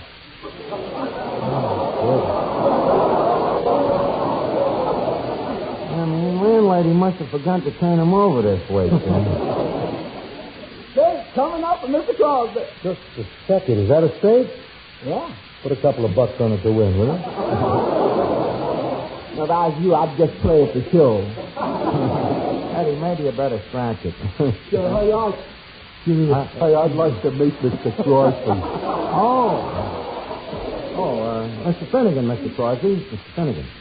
Mr. Crosby, I'm glad to meet you. I've been told that my voice sounds just like yours. Who told you that? Frank Sinatra.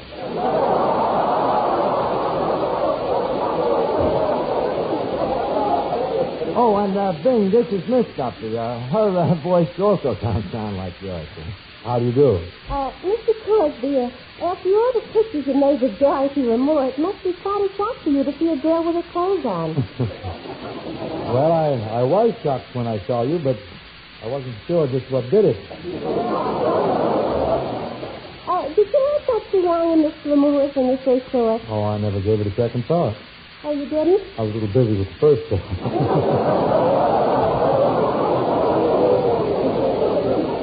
Well, I think it's indecent. I wouldn't be seen wearing so little. You got a lot more to cover than Ramore.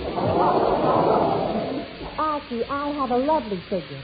Last week, Mr. Crosby's father's eyes nearly popped out. Oh, you met Dad, huh? Yeah, and he certainly is fine looking for a man of 40. Would you hit me with that again? What was that? He told me he was 40 years old. 20 years ago, yeah. I bet you it was a lie about his etchings, too. What did you do to my... Look, Miss Duffy, would you mind answering the phone? What does he mean? Now, look, Benny, I want to talk a little business to you, all right? How long you been on that radio show of yours? Around 15 years. 15 years. Then you're in a rut. Now, look, leave us be case. What are we going to be? Case. How would you like to buy a half interest in Duffy? Buy half of this place? Archie, I already own 2 tables. Dang, are you calling this place a stable? I was only kidding. I'm sorry. Oh, well, that's different. Ain't been a horse in half a year. Now, look, man. As a restaurant, man. But I really don't know anything about the restaurant business. Oh, you don't have to. When you buy half the Duffy's, you buy half of me. Half of you? You said there hasn't been a horse in here in years? No. You see, Ben, I'm included in Duffy's half of the deal, and I'm a fixture here, what they call the lock stock. What about the barrel? That's Mrs. Duffy. Now, Ben, with the floor show that I got in mind... Excuse me a minute. Hello? Hello, Duffy. Yeah, he's here. Huh? I just told him about it. Okay, bring the other half of the barrel. Thank you. Okay. Hello, Mr. Duffy. Well, I haven't met you, but I've seen your picture in the window, and in my... What'd you say? Do I think you look like Hope? No, I think you look a little more like Daddy. What'd you say? A half interest in your place. Well, I'm half interested. How much do you want for it? You think I'm made of money? $300. Give me the phone. Look, Duffy, don't be a robber. Huh? Well, about 200. Well, with Crosby singing here, I'll bet you no time the joint is worth at least 800. Huh? Why should you sell half of a business that's going to be worth 800 for 200? Well, maybe you're right there. Maybe if I explain to him how much business he'll bring in, he'll be willing to come up a little. Huh? Am I sure he'll sing? Well, if he's a partner, I don't see how you can stop him. Huh? First you want to what? You want to what? I'll tell him. Then Duffy would like an audition. What do you mean? Me audition for that bum? Please, Ben, you're speaking of your partner. If the bum wants an audition, give it to him. Paul, some music for Mr. Crosby, please.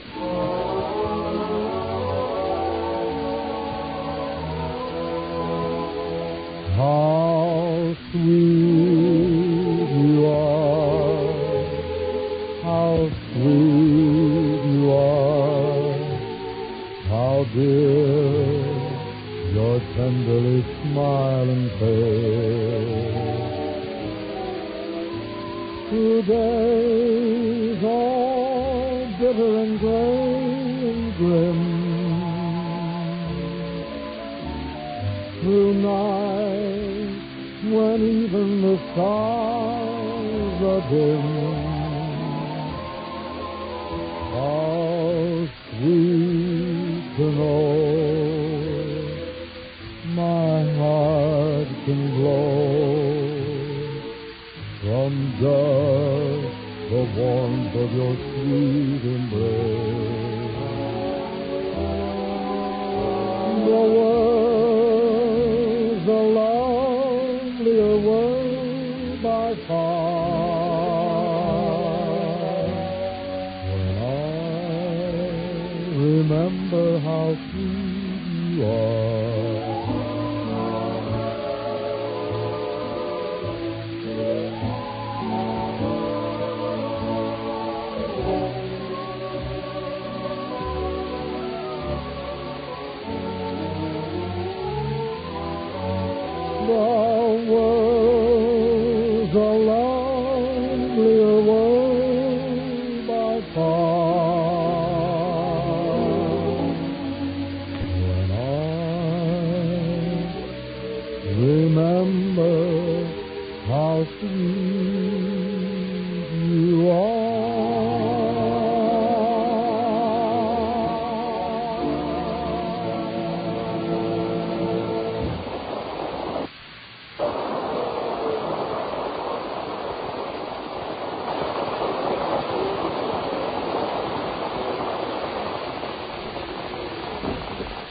Hello, Duffy.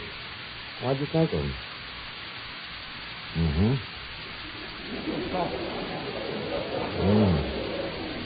You'd rather have a silent partner. Well, look, Duffy, give him another chance, so listen to him once more on this floor show that I wrote, huh? Okay, Duffy. Did I hear you say that you wrote a floor show? Yep, thing, and if Duffy likes it, you're in. Now, how do I get out? Hey, Mr. Crosby, you look sort of pale. Mm-hmm. There are 7 of you Crosbys, aren't there? Well, maybe you're the one. The one what? The one person out of every 7 who this time of year usually suffers from a cold. You know, Bing, if you had one more brother, we might have stopped him dead. Yeah, but how then would we know what to do about that cold? So proceed with the good word, my good man. Well, thank you, Mr. Crosby. If cold symptoms are making you miserable, ladies and gentlemen, your nose is stuffed up and there's that aching feeling in your muscles, the good word is Minute Rub. To help get relief quickly and easily, simply massage Minute Rub, modern chest rub, on your back and chest. Yes, that's all you do. And soon, in fact, even before you finish, you'll feel a comforting sensation of warmth as Minute Rub gets to work, begins to soothe the discomfort and tightness caused by your cold. And at the same time, Minute Rub's active menthol vapors help relieve that congested feeling in your nose and throat. No need to worry about Minute Rub harming your clothes or linens. It's greaseless and it's stainless, too. So get after your cold symptoms with this nationally famous chest rub that takes only a minute to use, that helps bring such quick relief. Minute Rub, MINITRUB. Minute Rub.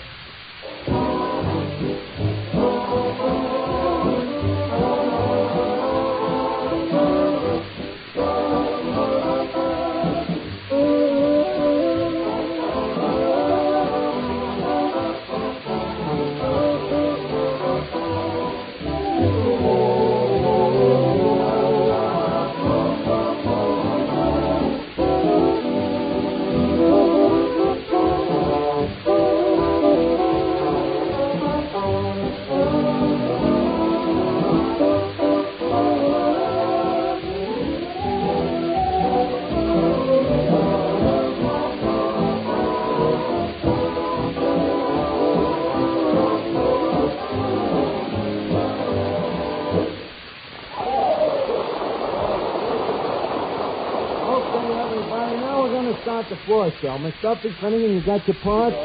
Archie, I just can't go through with it. Why not, then? Well, I've read your script, and I don't like to do tragedy. This ain't no tragedy. Nobody's going to get killed. You can have 8 to 5. Look, then, don't worry about it. Now, let's go. Ready, everybody? Music, please.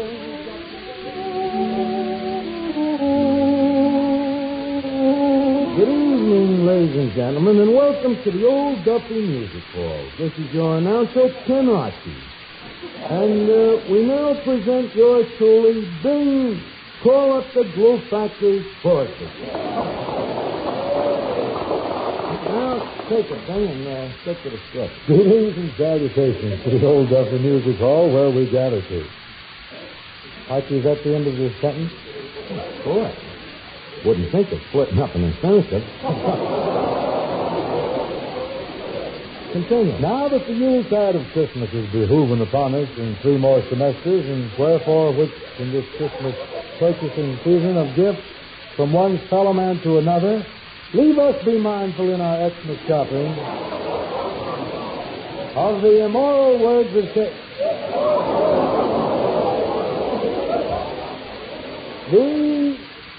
Oh, Archie, I can't do it. Can't handle it. Can't do it. Go ahead, read it. The quality of Macy's is not strained.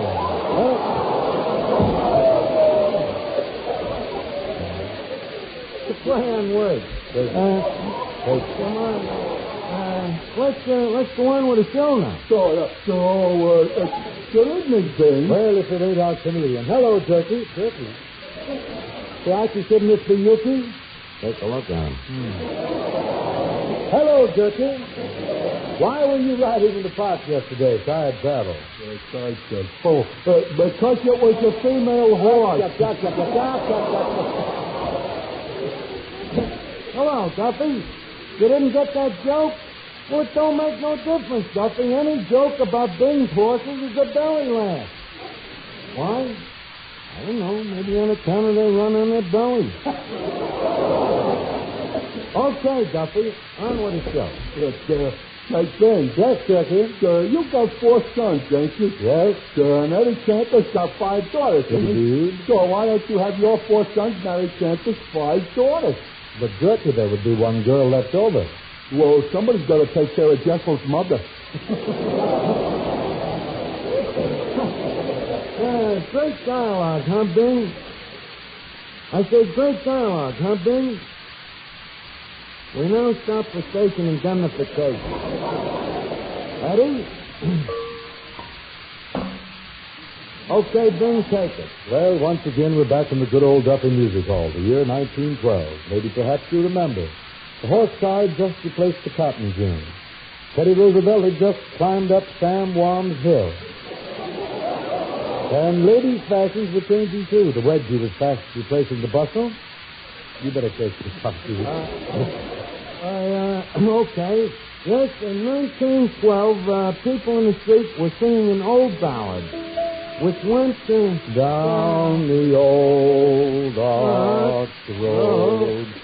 So you'll never find out where it is by looking at the map? By looking at the map. With a little investigation, you'll discover perhaps that this old edition out of place is just a proposition called the old arch road. The old arch road. Oh, yeah, the old arch road. How well I remember it. Takes me right back to good old North Virginia. The good old South. What memories? Magnolia blossoms scorching in the moonlight. Little verandas running around the house. Yes, there was 12 of us little chickens. Yes, I remember. Grandfather sitting rocking on his old family retainer. Yeah, drinking them mint junipers. Ah, the South. Take it, Ving. Ah, the South. How well I remember my mammy and pappy. Sitting by the old gin and spitting cotton.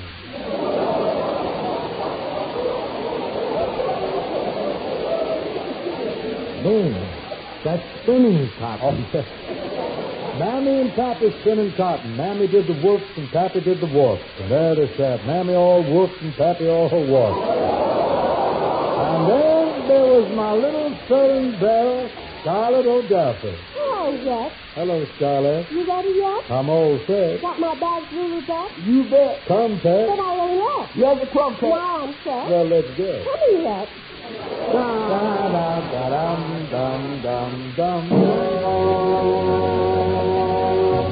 Nice modulation. Oh, good. Should have modulated them trumpet players. Ving, I'll bet you never had no stuff like that on your program, huh? No, a leopard gets better spots than this.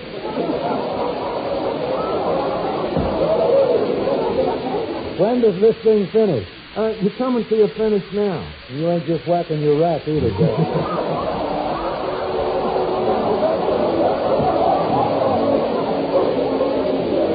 And now we close the old Duffy Music Hall as the soft swell swoop of the horizon drinks the dust of a new equinox.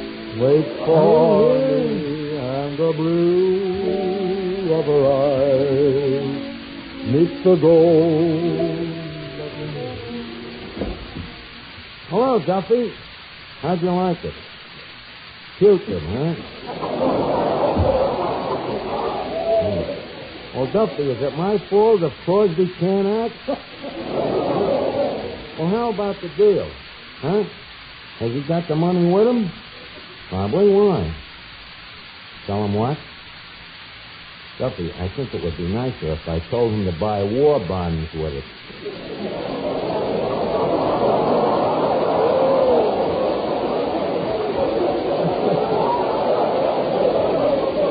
Okay, I'll handle it. I'll hold the phone.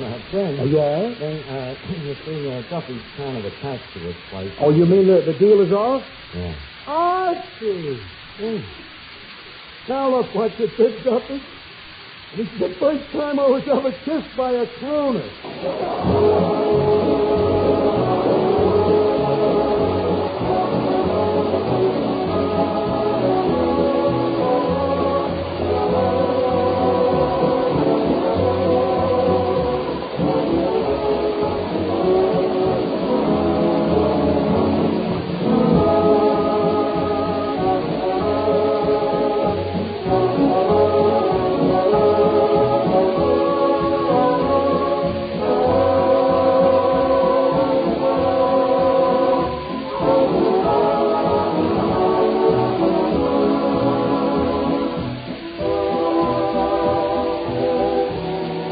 Well, folks, it's about time to leave Duffy's for the evening, but before we go, we want you to know that Bing Crosby is soon to be seen in the Paramount picture Going My Way. Righto, Big. Let's all meet here again next week when our guests will be Dinah Shore and Joan Davis. And in the meantime, if you have a cold, remember Minute Rub. If you need a laxative, remember Saloperidol. And if you have a half hour next Tuesday evening at this same time, remember... Duffy's, where do you late mate eat? Archie the manager speaking. Yeah, Duffy, that's right. Next week, Dinah Shore and Joan Davis. Yeah, Duffy. Bride and Grim. Yeah. Okay, go on.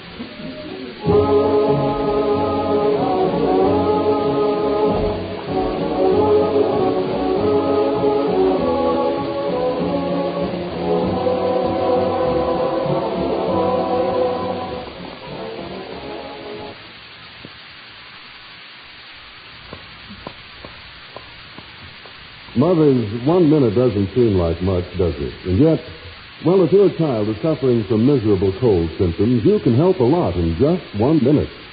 For that's all it takes to massage Minute Rub, modern chest rub, on your youngster's back and chest. Then Minute Rub goes to work to help bring soothing relief from your boy or girl's cold discomfort.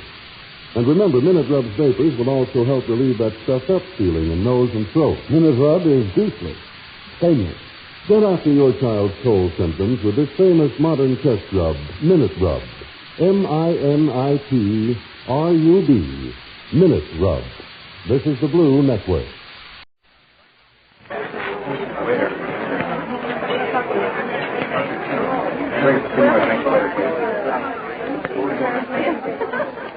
A special rebroadcast for the American Armed Forces and their allies.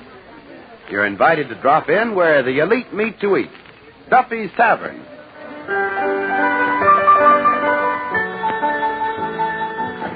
Hello, Duffy's, where the elite meet to eat. Archie the manager speaking. Duffy ain't here. Hello, Duffy. Huh? The crowd here? It's a pretty horrible-looking ensemble. Huh? Yeah, I think Eddie must have stood out in the gutter and swept in. Well, you know who's coming here tonight, Duffy? Dinah Shore. Yeah, the female chanteuse. Huh? What? Well, all I can say is if Crosby had a shape like that, he wouldn't have to worry about Sinatra. Huh? No, she ain't a soprano. She's a sort of a mezzo barracuda. Yeah, down in Nashville, down in the South, you know, where she comes from, they call her the mezzo belle. No, Duffy, not matzo ball. No, Metzabel. Yeah, she's gonna sing a song that I'm writing. I call it, Leave Us Face It, We're in Love. Hello? He hung up. Eddie, Yes, Mr. Archie. I gotta finish this song of mine. Now, what's the word for when two people's in love, you know, and then they die, and then they're in love again in another life, and then they die, and then they're in love again? Same two people? Yeah. Monotony. Oh, Eddie, wait a minute. It's on the tip of my tongue. Reincarcerated. Yeah, that's it. Now, Eddie, what rhymes with eyes? Eyes? You mean like eyes of blue or eyes of Augusta? No, regular eyes. You know, the optional ones. Oh, eyes. Flies, spies, dies, prize, guys, sighs, skies, buys. Eddie, if it was as easy as that, you'd be a songwriter, too. You a songwriter. Oh, yeah? Well, wait till you hear Dinah Shore sing me song. Then I'll get Bing Crosby to plug it, and Kate Smith, Fred Allen. No, not him. No. Frank Sinatra, Ginny Simms, Dennis Day. Eddie Green. Eddie Green. You'll plug it? Sure. By that time, I'll be singing at the Metropolitan Opera House. And them big shots ain't gonna ruin their program singing your song. They ain't, huh? What do you bet? I'll bet you a week's tip.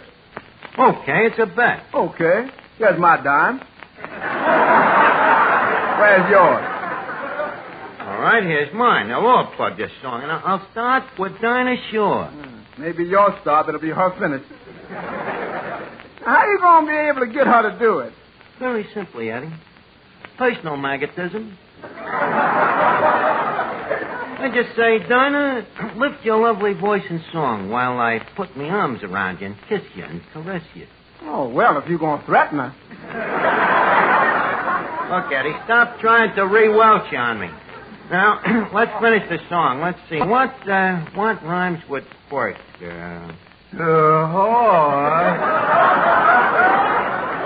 Oh, hiya, Finnegan. Yeah, what you doing? I'm writing a song.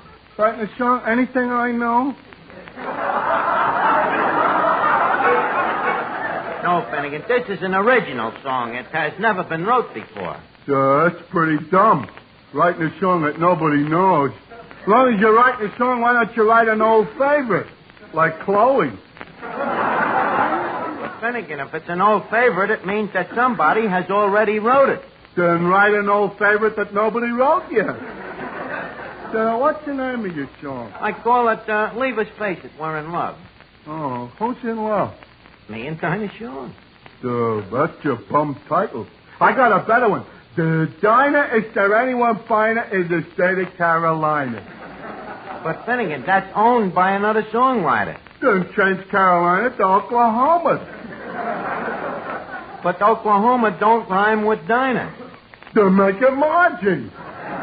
Archie. Oh, yes, Miss Duffy. Do you think that Dinah Shaw sings better than me? Miss Duffy, she sings better than you with both vocal cords tied behind her back.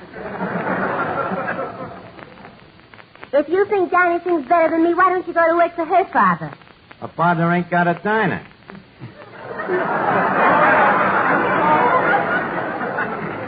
Now, please, Miss Duffy, leave me alone, will you? Mr. Archie. What's the matter, Eddie? No, something terrible has happened. What? Somebody won on the pinball machine.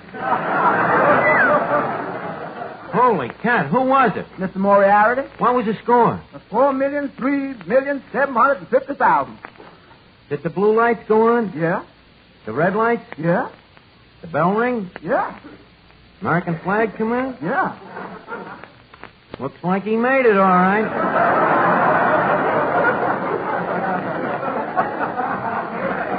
Well, look here. What do we do? Well, what else can we do? I'll go over and pay him his nickel. Yeah, better go and check up on that machine. You know, it's the second time it's been hit this year. I'll be right back, Eddie. Yeah. Eddie, what do you think of Dinah Shaw singing? Mighty fine. What do you think of my singing? Mighty fine. Well, who do you think is better? Mighty fine.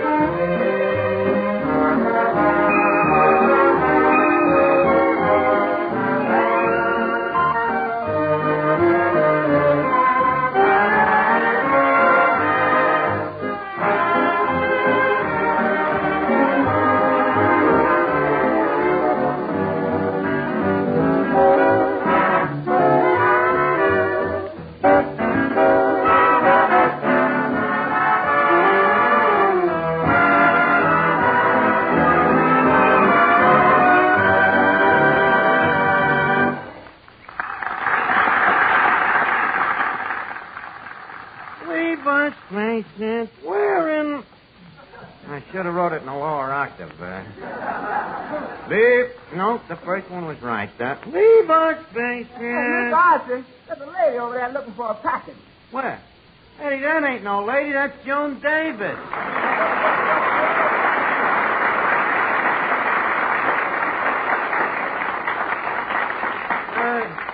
Miss Davis, I understand you're looking for a package? Well, yes, I am. Say, you're pretty cute. Blue eyes, curly hair, and where'd you get them muscles? Where did you get yours? I asked you first. About this package. Oh, yes, it's very important. Oh, what's in it? I don't know. Who gave it to you? I'm not sure. Well, what does it look like? I don't know. Now we're really getting somewhere. You are sure that it is a package? Oh, yes, it's a very important package. Well, why is it important? I don't know. I bet you I know what's in the package. What? A straitjacket. Oh, no, I got one of those. Oh, well, wear it in good health. Well, thank you. Say, by the way, what are you doing later? How would you like to take me home? I thought you came here looking for a package. Well, I haven't found it yet, and why should I go home empty-handed? Well, Miss Davis, exclude me out. I ain't no package. Well, you could be if you were tied together better. Hi, Archie. Who's your cute face? Hey, lady, you're pretty.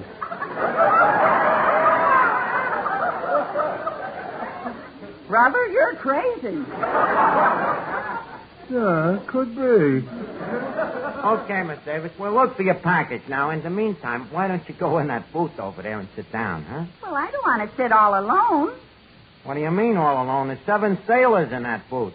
For me, that's alone. Why don't you come back tomorrow and look for this package, huh? Oh, I can't tomorrow. I'm looking for it on Eddie Cantor's program. Oh, well, then there's only one other way out. What's that? The back door. Come on, Davis. Right back, Eddie. Boy, this place is so full of radio stars. The dawn is really jumping tonight. What do you mean, Eddie? Well, there goes Davis through the old back door, and in through the front comes Dinah Shore.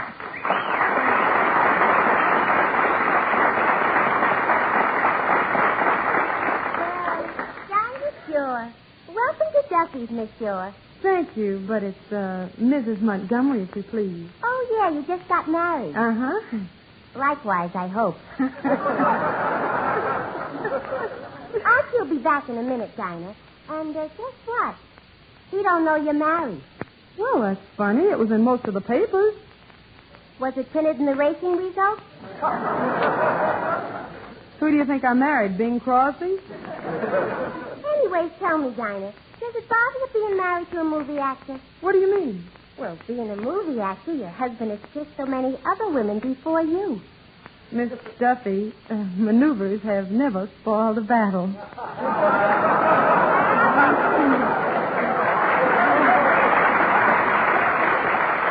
Miss Duffy, have you ever thought about getting married? Ever since the age of 9. Not that I haven't had chances. Oh, goodness. The brilliant, talented men I could have had. Battleship painters. Vacuum cleaner salesmen. Wealthy sandhogs. But I just couldn't give up my career. What is your career? I sing. Oh. Well, it was very courageous of you to give up all those men for your singing. They insisted on it. You see, my singing teacher... Oh, who is your singing teacher? Yasha Panyaslavnik. Gesundheit. Thank you. Hello, Dinah. Oh, hello, Archie. Well, Dinah, glad to see you again. What's new? New? Well, I've got myself a new roommate. Oh, that's fine. Nice? Lovely. Oh, fine. Nice. The girl has a nice roommate, you know. Wearing each other's clothes. Taking turns making the beds. Going Dutch on the rent. Smoking each other's pipes. Must be very good tobacco. You ain't looked lovelier in a long time. Well, Dinah, enough of this shop talk. How's about rendering us with a number? Okay, Arch, I'll render you with No Love, No Nothing. It's one of the big current hits. Oh, yeah? Well, there may be another one out soon that's even current hit. Oh? I'll talk to you about it later. Paul, wake up the Philharmonica for Dinah, huh?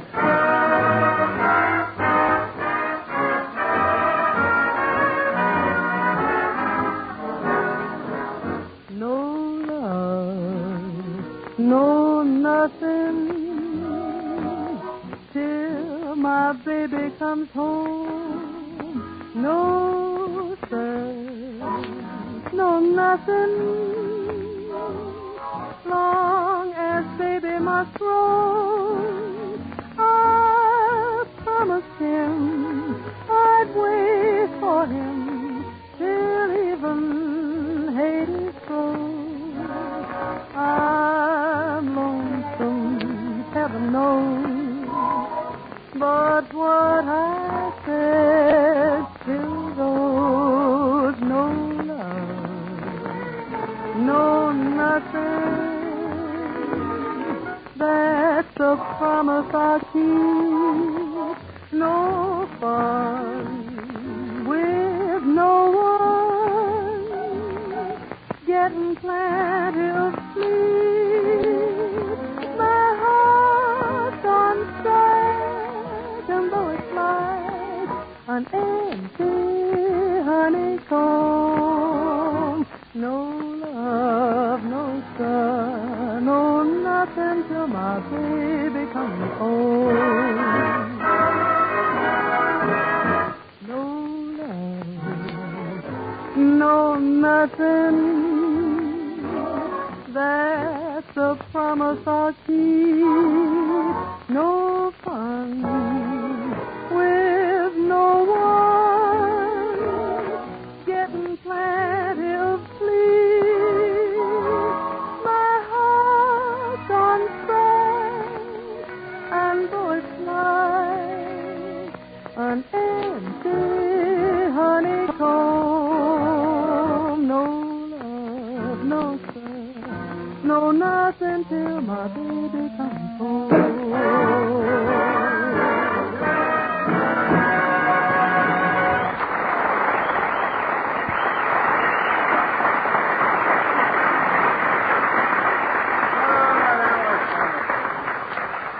Really wonderful, you know. Thank you. You was on key all the way. You sang that in B clef octave, didn't you? B clef octave. You know, 2 quarter notes with the umlaut. You see, my song, on the other hand, is written in... Your song? You seem astounded. Of course, my song. Well, I had no idea you were so musical, Archie. Musical? Mercy me. I played the piano when I was 3 years old. 3 years old? It was a little piano.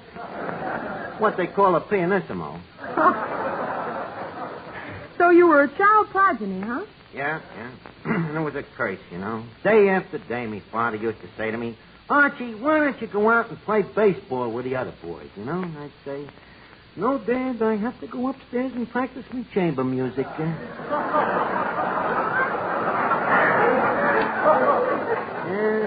Yep, day and night I practiced until finally they sent me to the observatory. Archie, which keeper did you study under?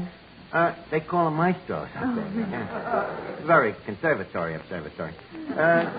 Anyways, that's where I studied the old masters, you know. I loved them. Tchaikovsky,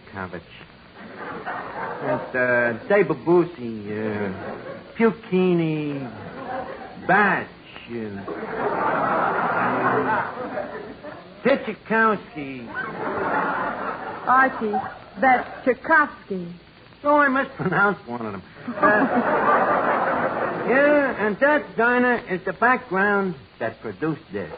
Oh, is this the song? Let's see. Leave us face it, we're in love. Lyrics, words, and melody by Archie.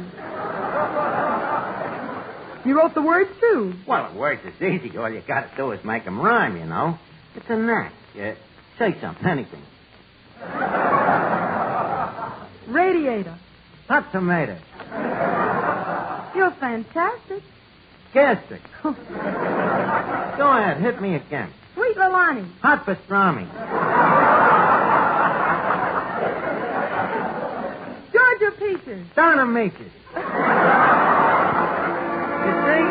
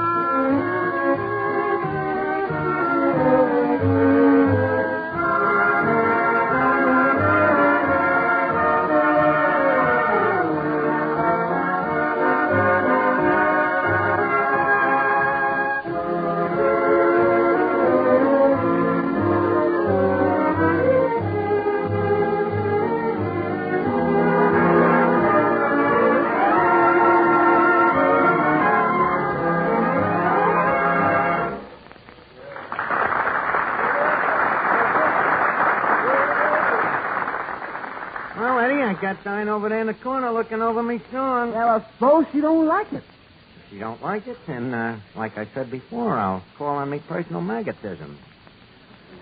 This Miss Shaw, maybe she's married or something. Don't be silly. How can she be married? I ain't even asked her yet. You let me handle it, Eddie. Oh, Dinah. Oh, yes, Archie. Dinah, did you look over the song? Yes. You're carried away with emotion, huh?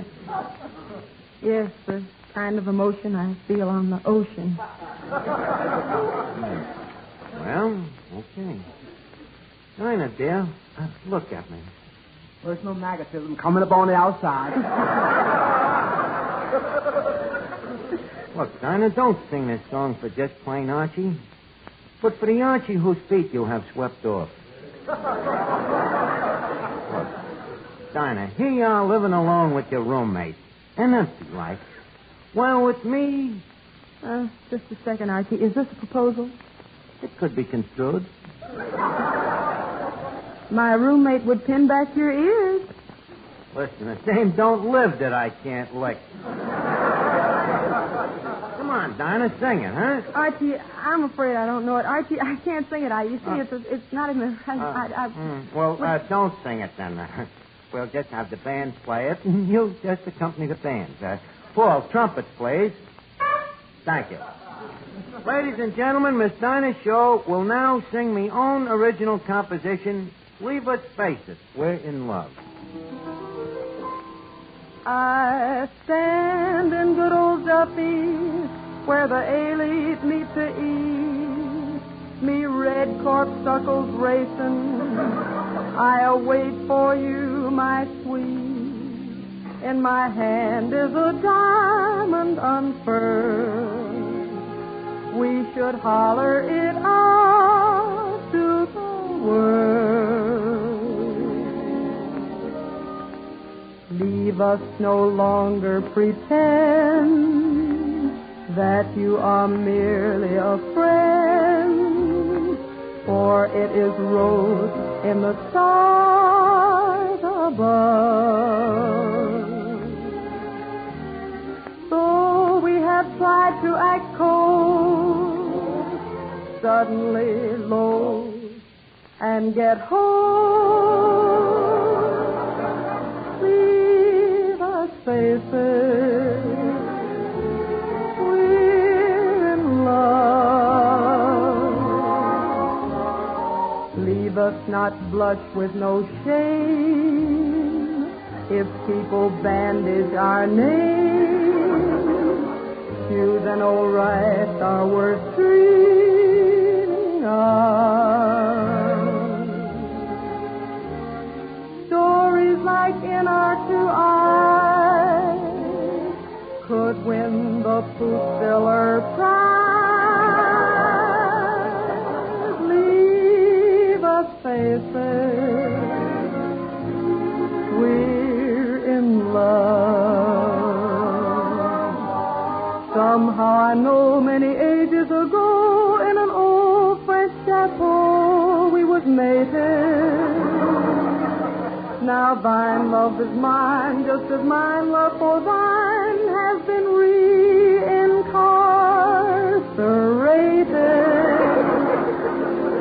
So I plight my troth at your feet.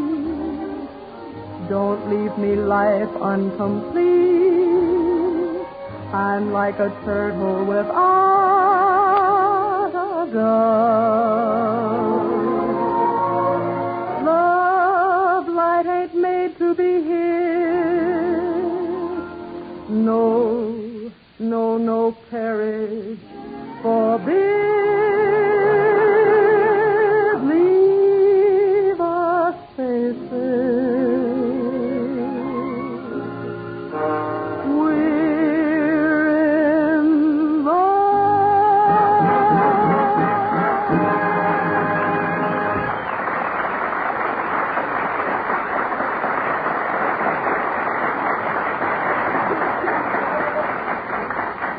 Well, Dinah, what do you think? Look, why don't you think it over? Take it home and show it to your roommate. He won't like it. Archie. You mean, Archie, I am Mrs. George Montgomery. How do you do, Mrs. Montgomery? Excuse me. Hello? The package? Oh, hello, Joan. Listen, Joan, how would you like to sing a song of mine? What? What am I doing Wednesday night? Nothing. Brother, what you gotta do to get a song plugged? How does it go? Well, it's... leave us no longer pretend. I better whistle it.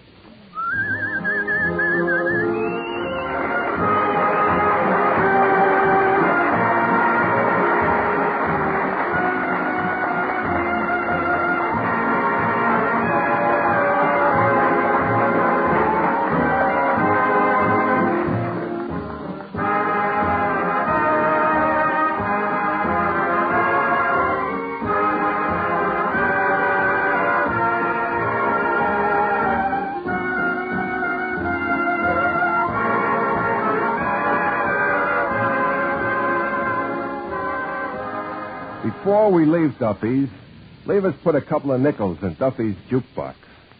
The plat is spinning. The needle comes down. It's music.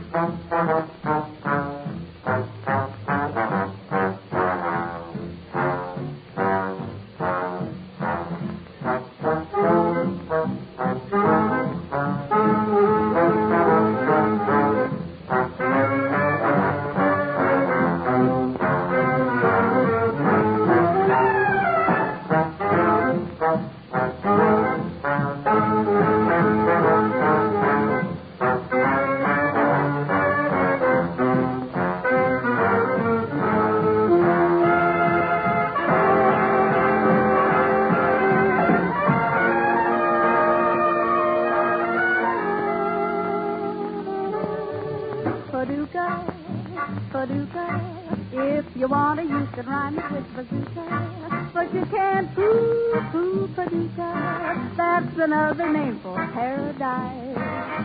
Paducah, just a funny little city in Kentucky.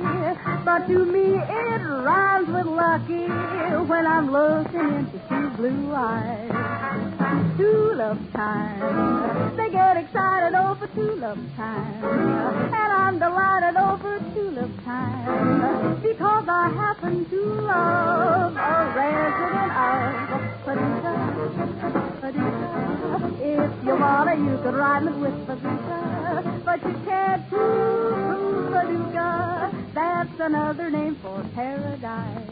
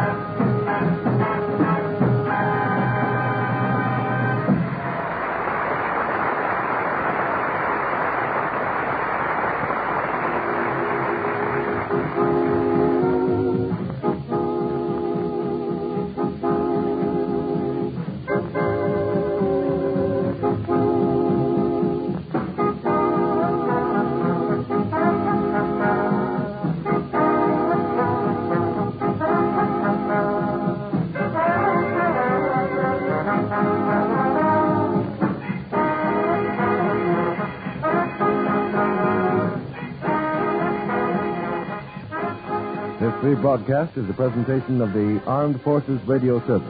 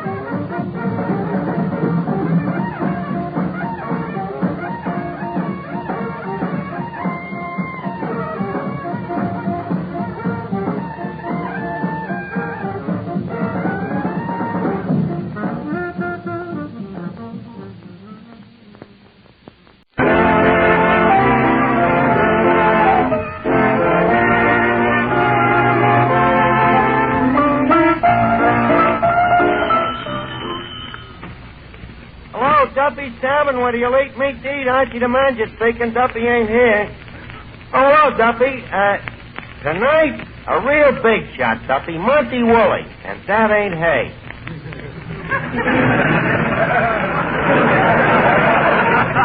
Or is it? Well, you remember Woolley, Duffy, the wise old actor with a sage old brush. Well, look, Duffy, somebody's got to play Santa Claus at the Christmas party, so, as long as Monty's going to be here, the old adagio, a beard in the hand. Yeah, sure, I'll ask him. Well, I'll call you back, Duffy.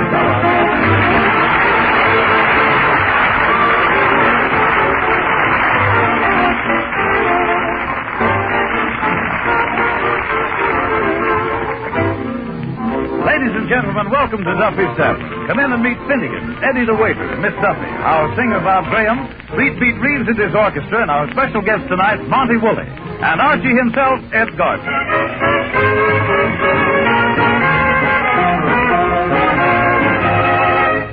Hey, Eddie, where's the soap?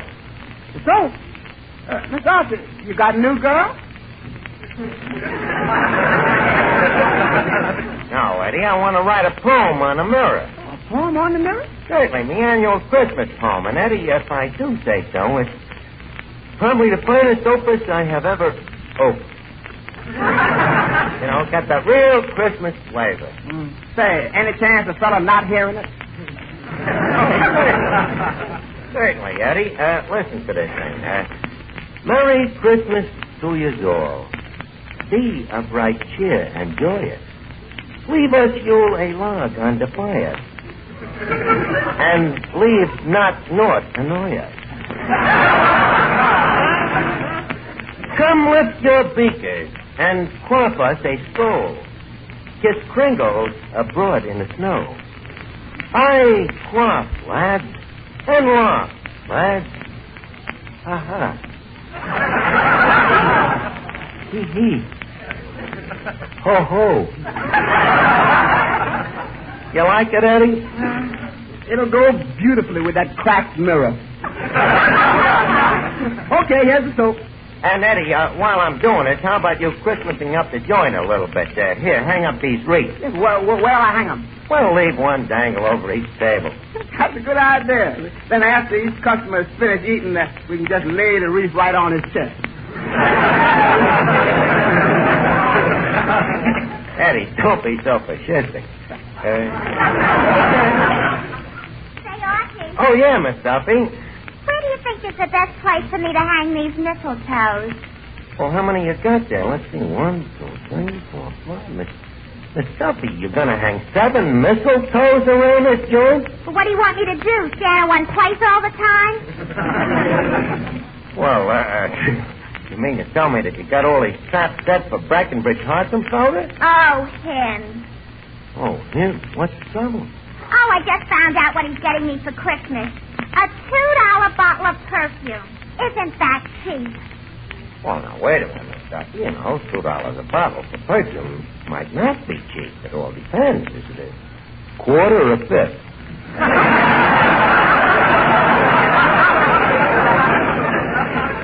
Archie, everybody knows that perfume don't come in quarts or fifths. This is a pint. Gee, I thought maybe he would get me a fur coat or maybe an alligator bag. An alligator bag? What would you do with it? You ain't got an alligator.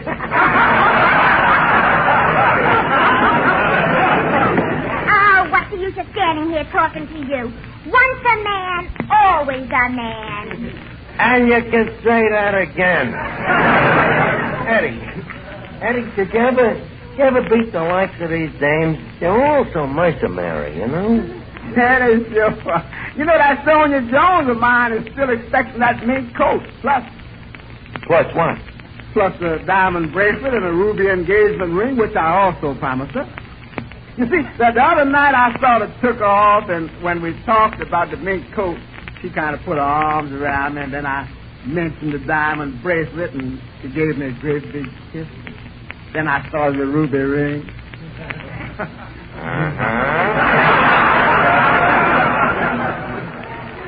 Eddie, are you crazy? Comes Christmas and she'll kill you. Who cares? Live dangerously is my motto.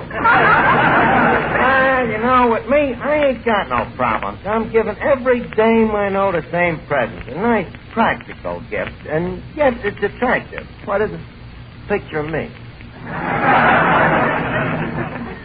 You see, I had 6 lovely portraits made. Yeah, how much did it set you back? Let's see, there were 3 for $1/4. And there was 6 of them. It came to 6 times 3 1/4. Roughly around $50. And that takes care of my list. Say, what you going to give for Mr. Duffy? What am I going to get for Duffy? Eddie, for Duffy, I will get exactly what he always gets me. And that is something which you can find in a vacuum which has been cleaned out by a vacuum cleaner. Archie. Oh, hiya, Finnegan. Archie, check who's here with me tonight. Who? My brother Wilfred. Wilfred? Yeah. Is that the tall, fat, ugly one? No, that's my mother. No. Wilfred is my kid brother. You know, the black sheep of the family. The black sheep of the family? Yeah, the one with the brains. Oh, yeah, I remember him. Very smart kid. Oh, yeah. Hey, Archie, what's an IQ? An IQ? Why? My kid brother's got one.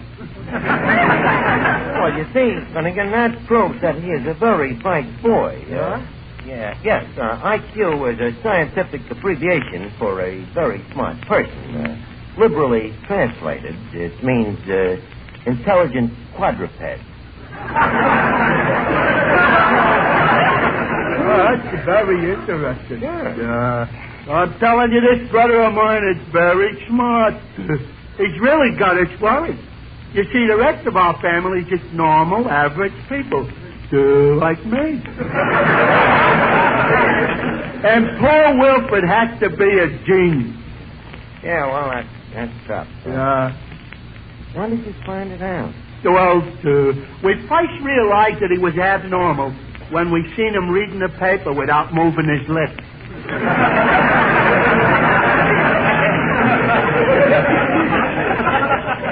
Well, you can't tell. Maybe the kid has been through a quip.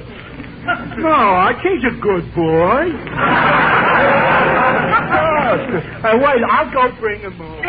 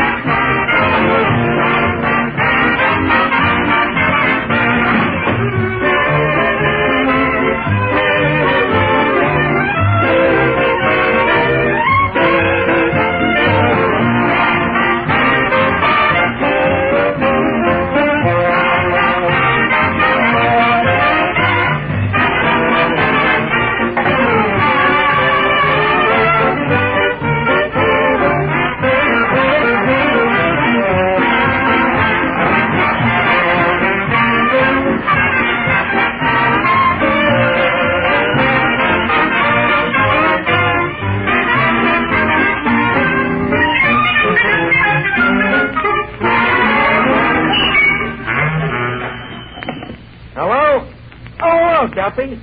What? There's a package from you arriving for me, and I shouldn't open it until Christmas. A present for me? Are you sure this is Duffy? Well, Duffy, I'm flabbergasted, you know? Well, gee, thanks. And by the way, did you receive my present yet? Well, it's probably in the mail. I'll call you back. Holy cat, Eddie. Duffy bought me a present. I gotta get something from him. I gotta get something. What could I... Let me see. Europa. I got it. What? I'll send him one of my portraits. Have you got a pen, Eddie? Yeah. Thanks. I'll autograph it, you know, with something nice. Let's see. To my dearest employer, good Old Duffy. In fond appreciation for all I have done for you.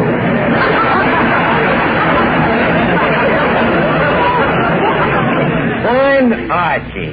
Say, Archie. Yeah, Mr. Bailey. Do you think that a picture is enough of a... Listen, Bailey, he's the boss. Naturally, I can't send him as good a present as he's sending me. After all, with the kind of dough Duffy's got, you know, and inexpensive presents, there's no skin off his flint. Say, Archie, wouldn't it be wonderful if around this time of year he sent you a lovely warm scarf? A scarf? Well, Bailey, I'm funny that way. You know, I'd rather warm myself over a gold cigarette lighter. Well, as long as it's something that keeps you warm. Don't forget, Archie, the cold sneezing is here. Would you mind to repeat that, please?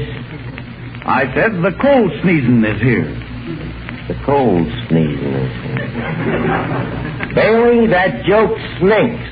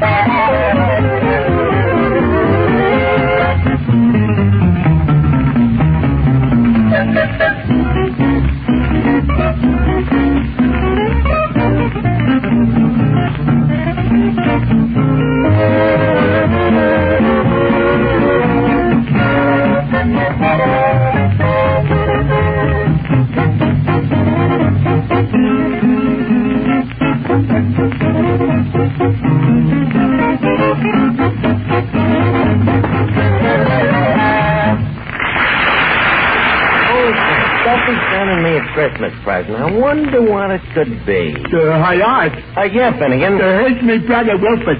You remember him, Art? Oh, well, certainly. Hello, Wilfred, my boy. Hello. My, you certainly have been growing. Doesn't that strike you as an entirely normal procedure? Well, that's how it goes. Well, how's things in school, Wilfred? Are your teachers learning you lots of stuff? Archie, they're not learning me. They're teaching me. Oh. Well, that's what they're there for.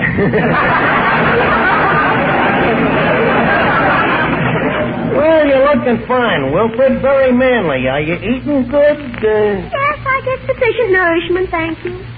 Well, you know, you got to eat good if you want to grow up to be a big, strong man like your Uncle Archie. You know how I got this physique of mine? Malnutrition? Yes, sir, and plenty of it.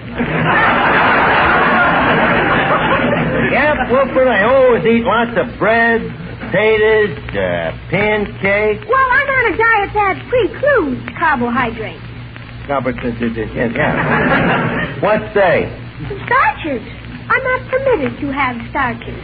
Well, that's right, Wilfred. Starches ain't good for you. You know, they make your stomach stiff.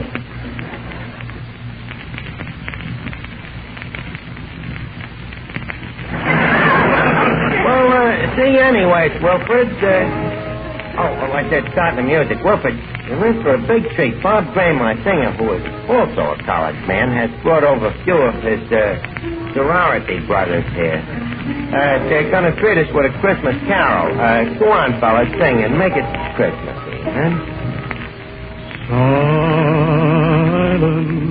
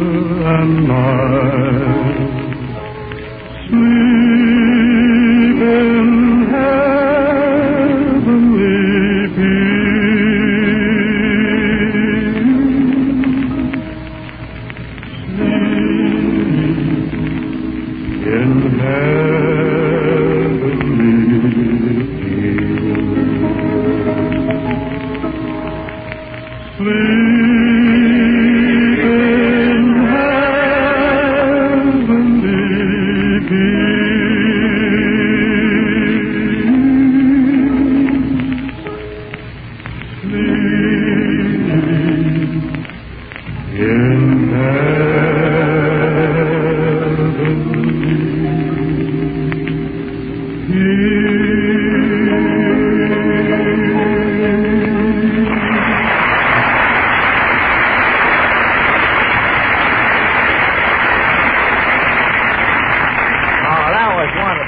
It sounded like a December Western pup. Eddie, pass the hat for the boys. Okay. Hey, Mr. Archie, ain't that Mr. Monty Woolley coming in? Oh, yeah. Monty Woolley. Look at the guy, Eddie. Well, good evening, Mr. Woolley.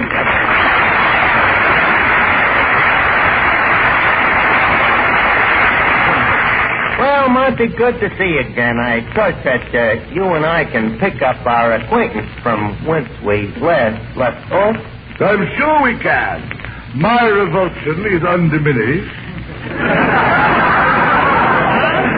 Well, thanks, Monty, old boy. Old boy. This is the first time I have ever heard of contempt breeding familiarity.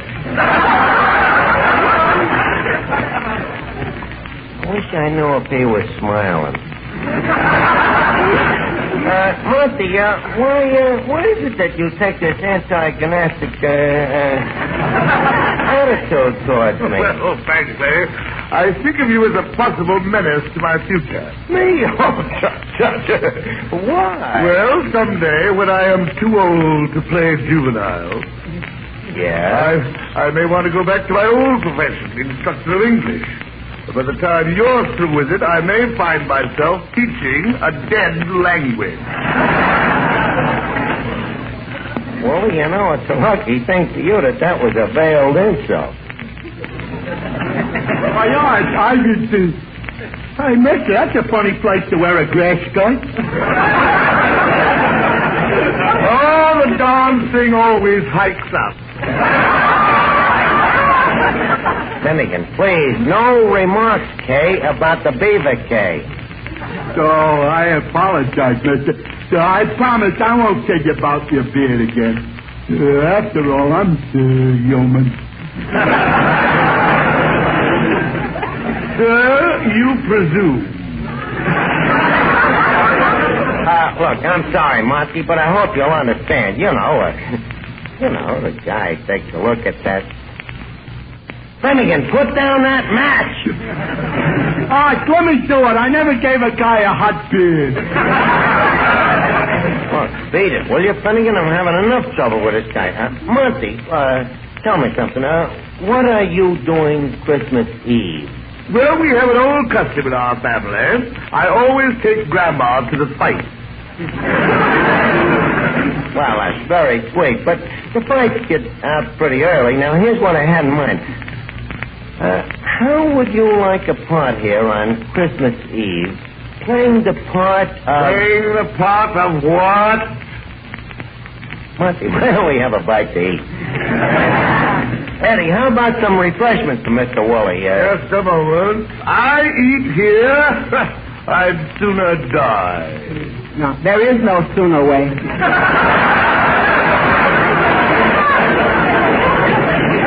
Just a second, Eddie. Mr.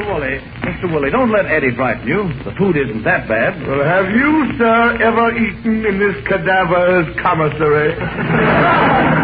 Well, Duffy's is no Ritz. Do tell.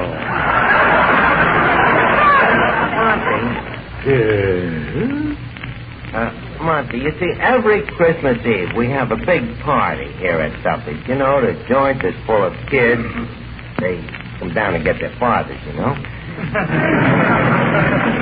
And we have a Christmas tree and wreaths around, and every kid gets a candied pig's foot. And I usually write a Christmas pageant. You can write? Like a whiz.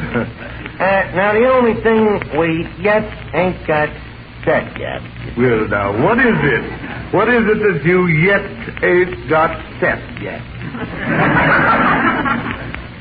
Santa Claus. Now, just a second, you Brooklyn Knoll coward. Now, please, Monty, don't get excited and By the way, Brooklyn and Noel don't go with each other anymore. Look, playing the part of Santa Claus would be so much fun, and look what a challenge it would be for you as a pedestrian. A challenge? Well, sure. It'd be the toughest role of your career. You playing a sweet guy. And, when you give out them toys to them little kids, think of the thrill you'll get out of it. Yes. I can already feel the patter of tiny feet on my face. Look, Monty. Wait, you was a kid once yourself, wasn't you? There's no record of it. Wait, gee, if you could just talk to one of them kids and see what it's like. Wait a minute. Hey, Finnegan, is your kid brother Wilfred still here? Oh, yeah. Good. Wilfred, come here. I want you to meet Santa Claus. Now, listen, you... Look, Monty, what can you lose? Just kid the kid along a little. Did you call me, Archie? Yeah, Wilfred, I got a great treat for you. Guess who this is? Wilfred, this is Santa Claus. Well. Not the Santa Claus. That's right, young man. Ho, ho, ho. Well, son, I'll be coming down your chimney Christmas Eve. Well, thank you very much. But we have an oil burner. Say, Mr. Claus, I understand you live up at the North Pole. I do? Oh, yes, I do. You know, of course, that the average temperature of the North Pole is estimated at 70 to 90 degrees below zero Fahrenheit. Well, it does get a bit nippy. But then one can always grab a snort of... Sandy! Snort of Sandy, of course, only drinks soft drinks, Wilfred. That's right, Wilfred. Very soft. Cotton gin.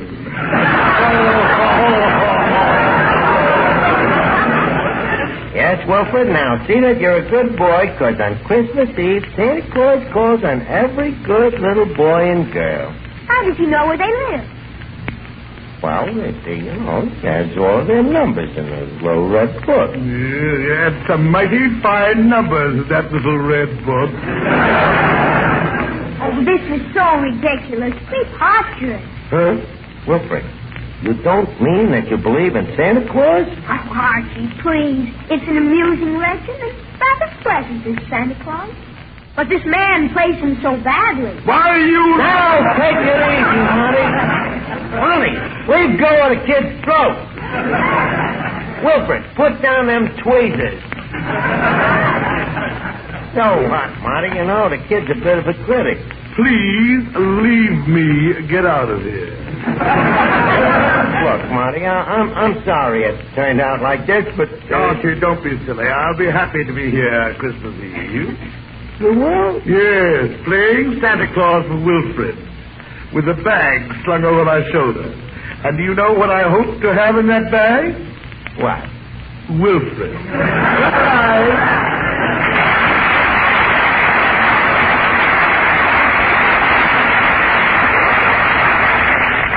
And now, you lousy little genius.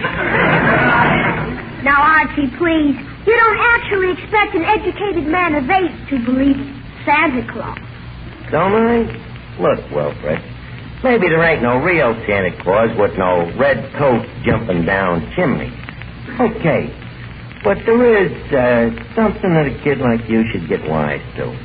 Something that kind of makes people do wonderful things for each other at Christmas time, and I like to call it Santa Claus. It's something inside of all of us, kid, that if we're right guys, we'll turn each one of us into a Santa Claus, see? With every guy loving his fellow guy and working with him to bring goodwill into the world, peace, and kid, don't tell me that there ain't no that kind of a Santa Claus. That's sounding, Mr. Archie. And, hey, this package just comes for you. Oh, yeah? Let me look. Hey, it's my present from Duffy. Now, Wilfred, here is what I'm talking about. This package says don't open till Christmas, but I want to teach you a lesson. Okay? So I'll open it.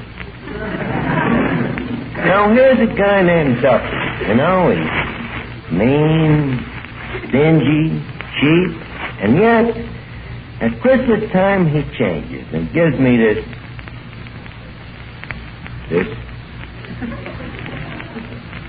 picture of himself. Autographed to my dear employee, Archie. Where was I, Wilfred? Oh, yeah, you see? Maybe there ain't no real Santa Claus with no red coat and chimneys, but I believe that...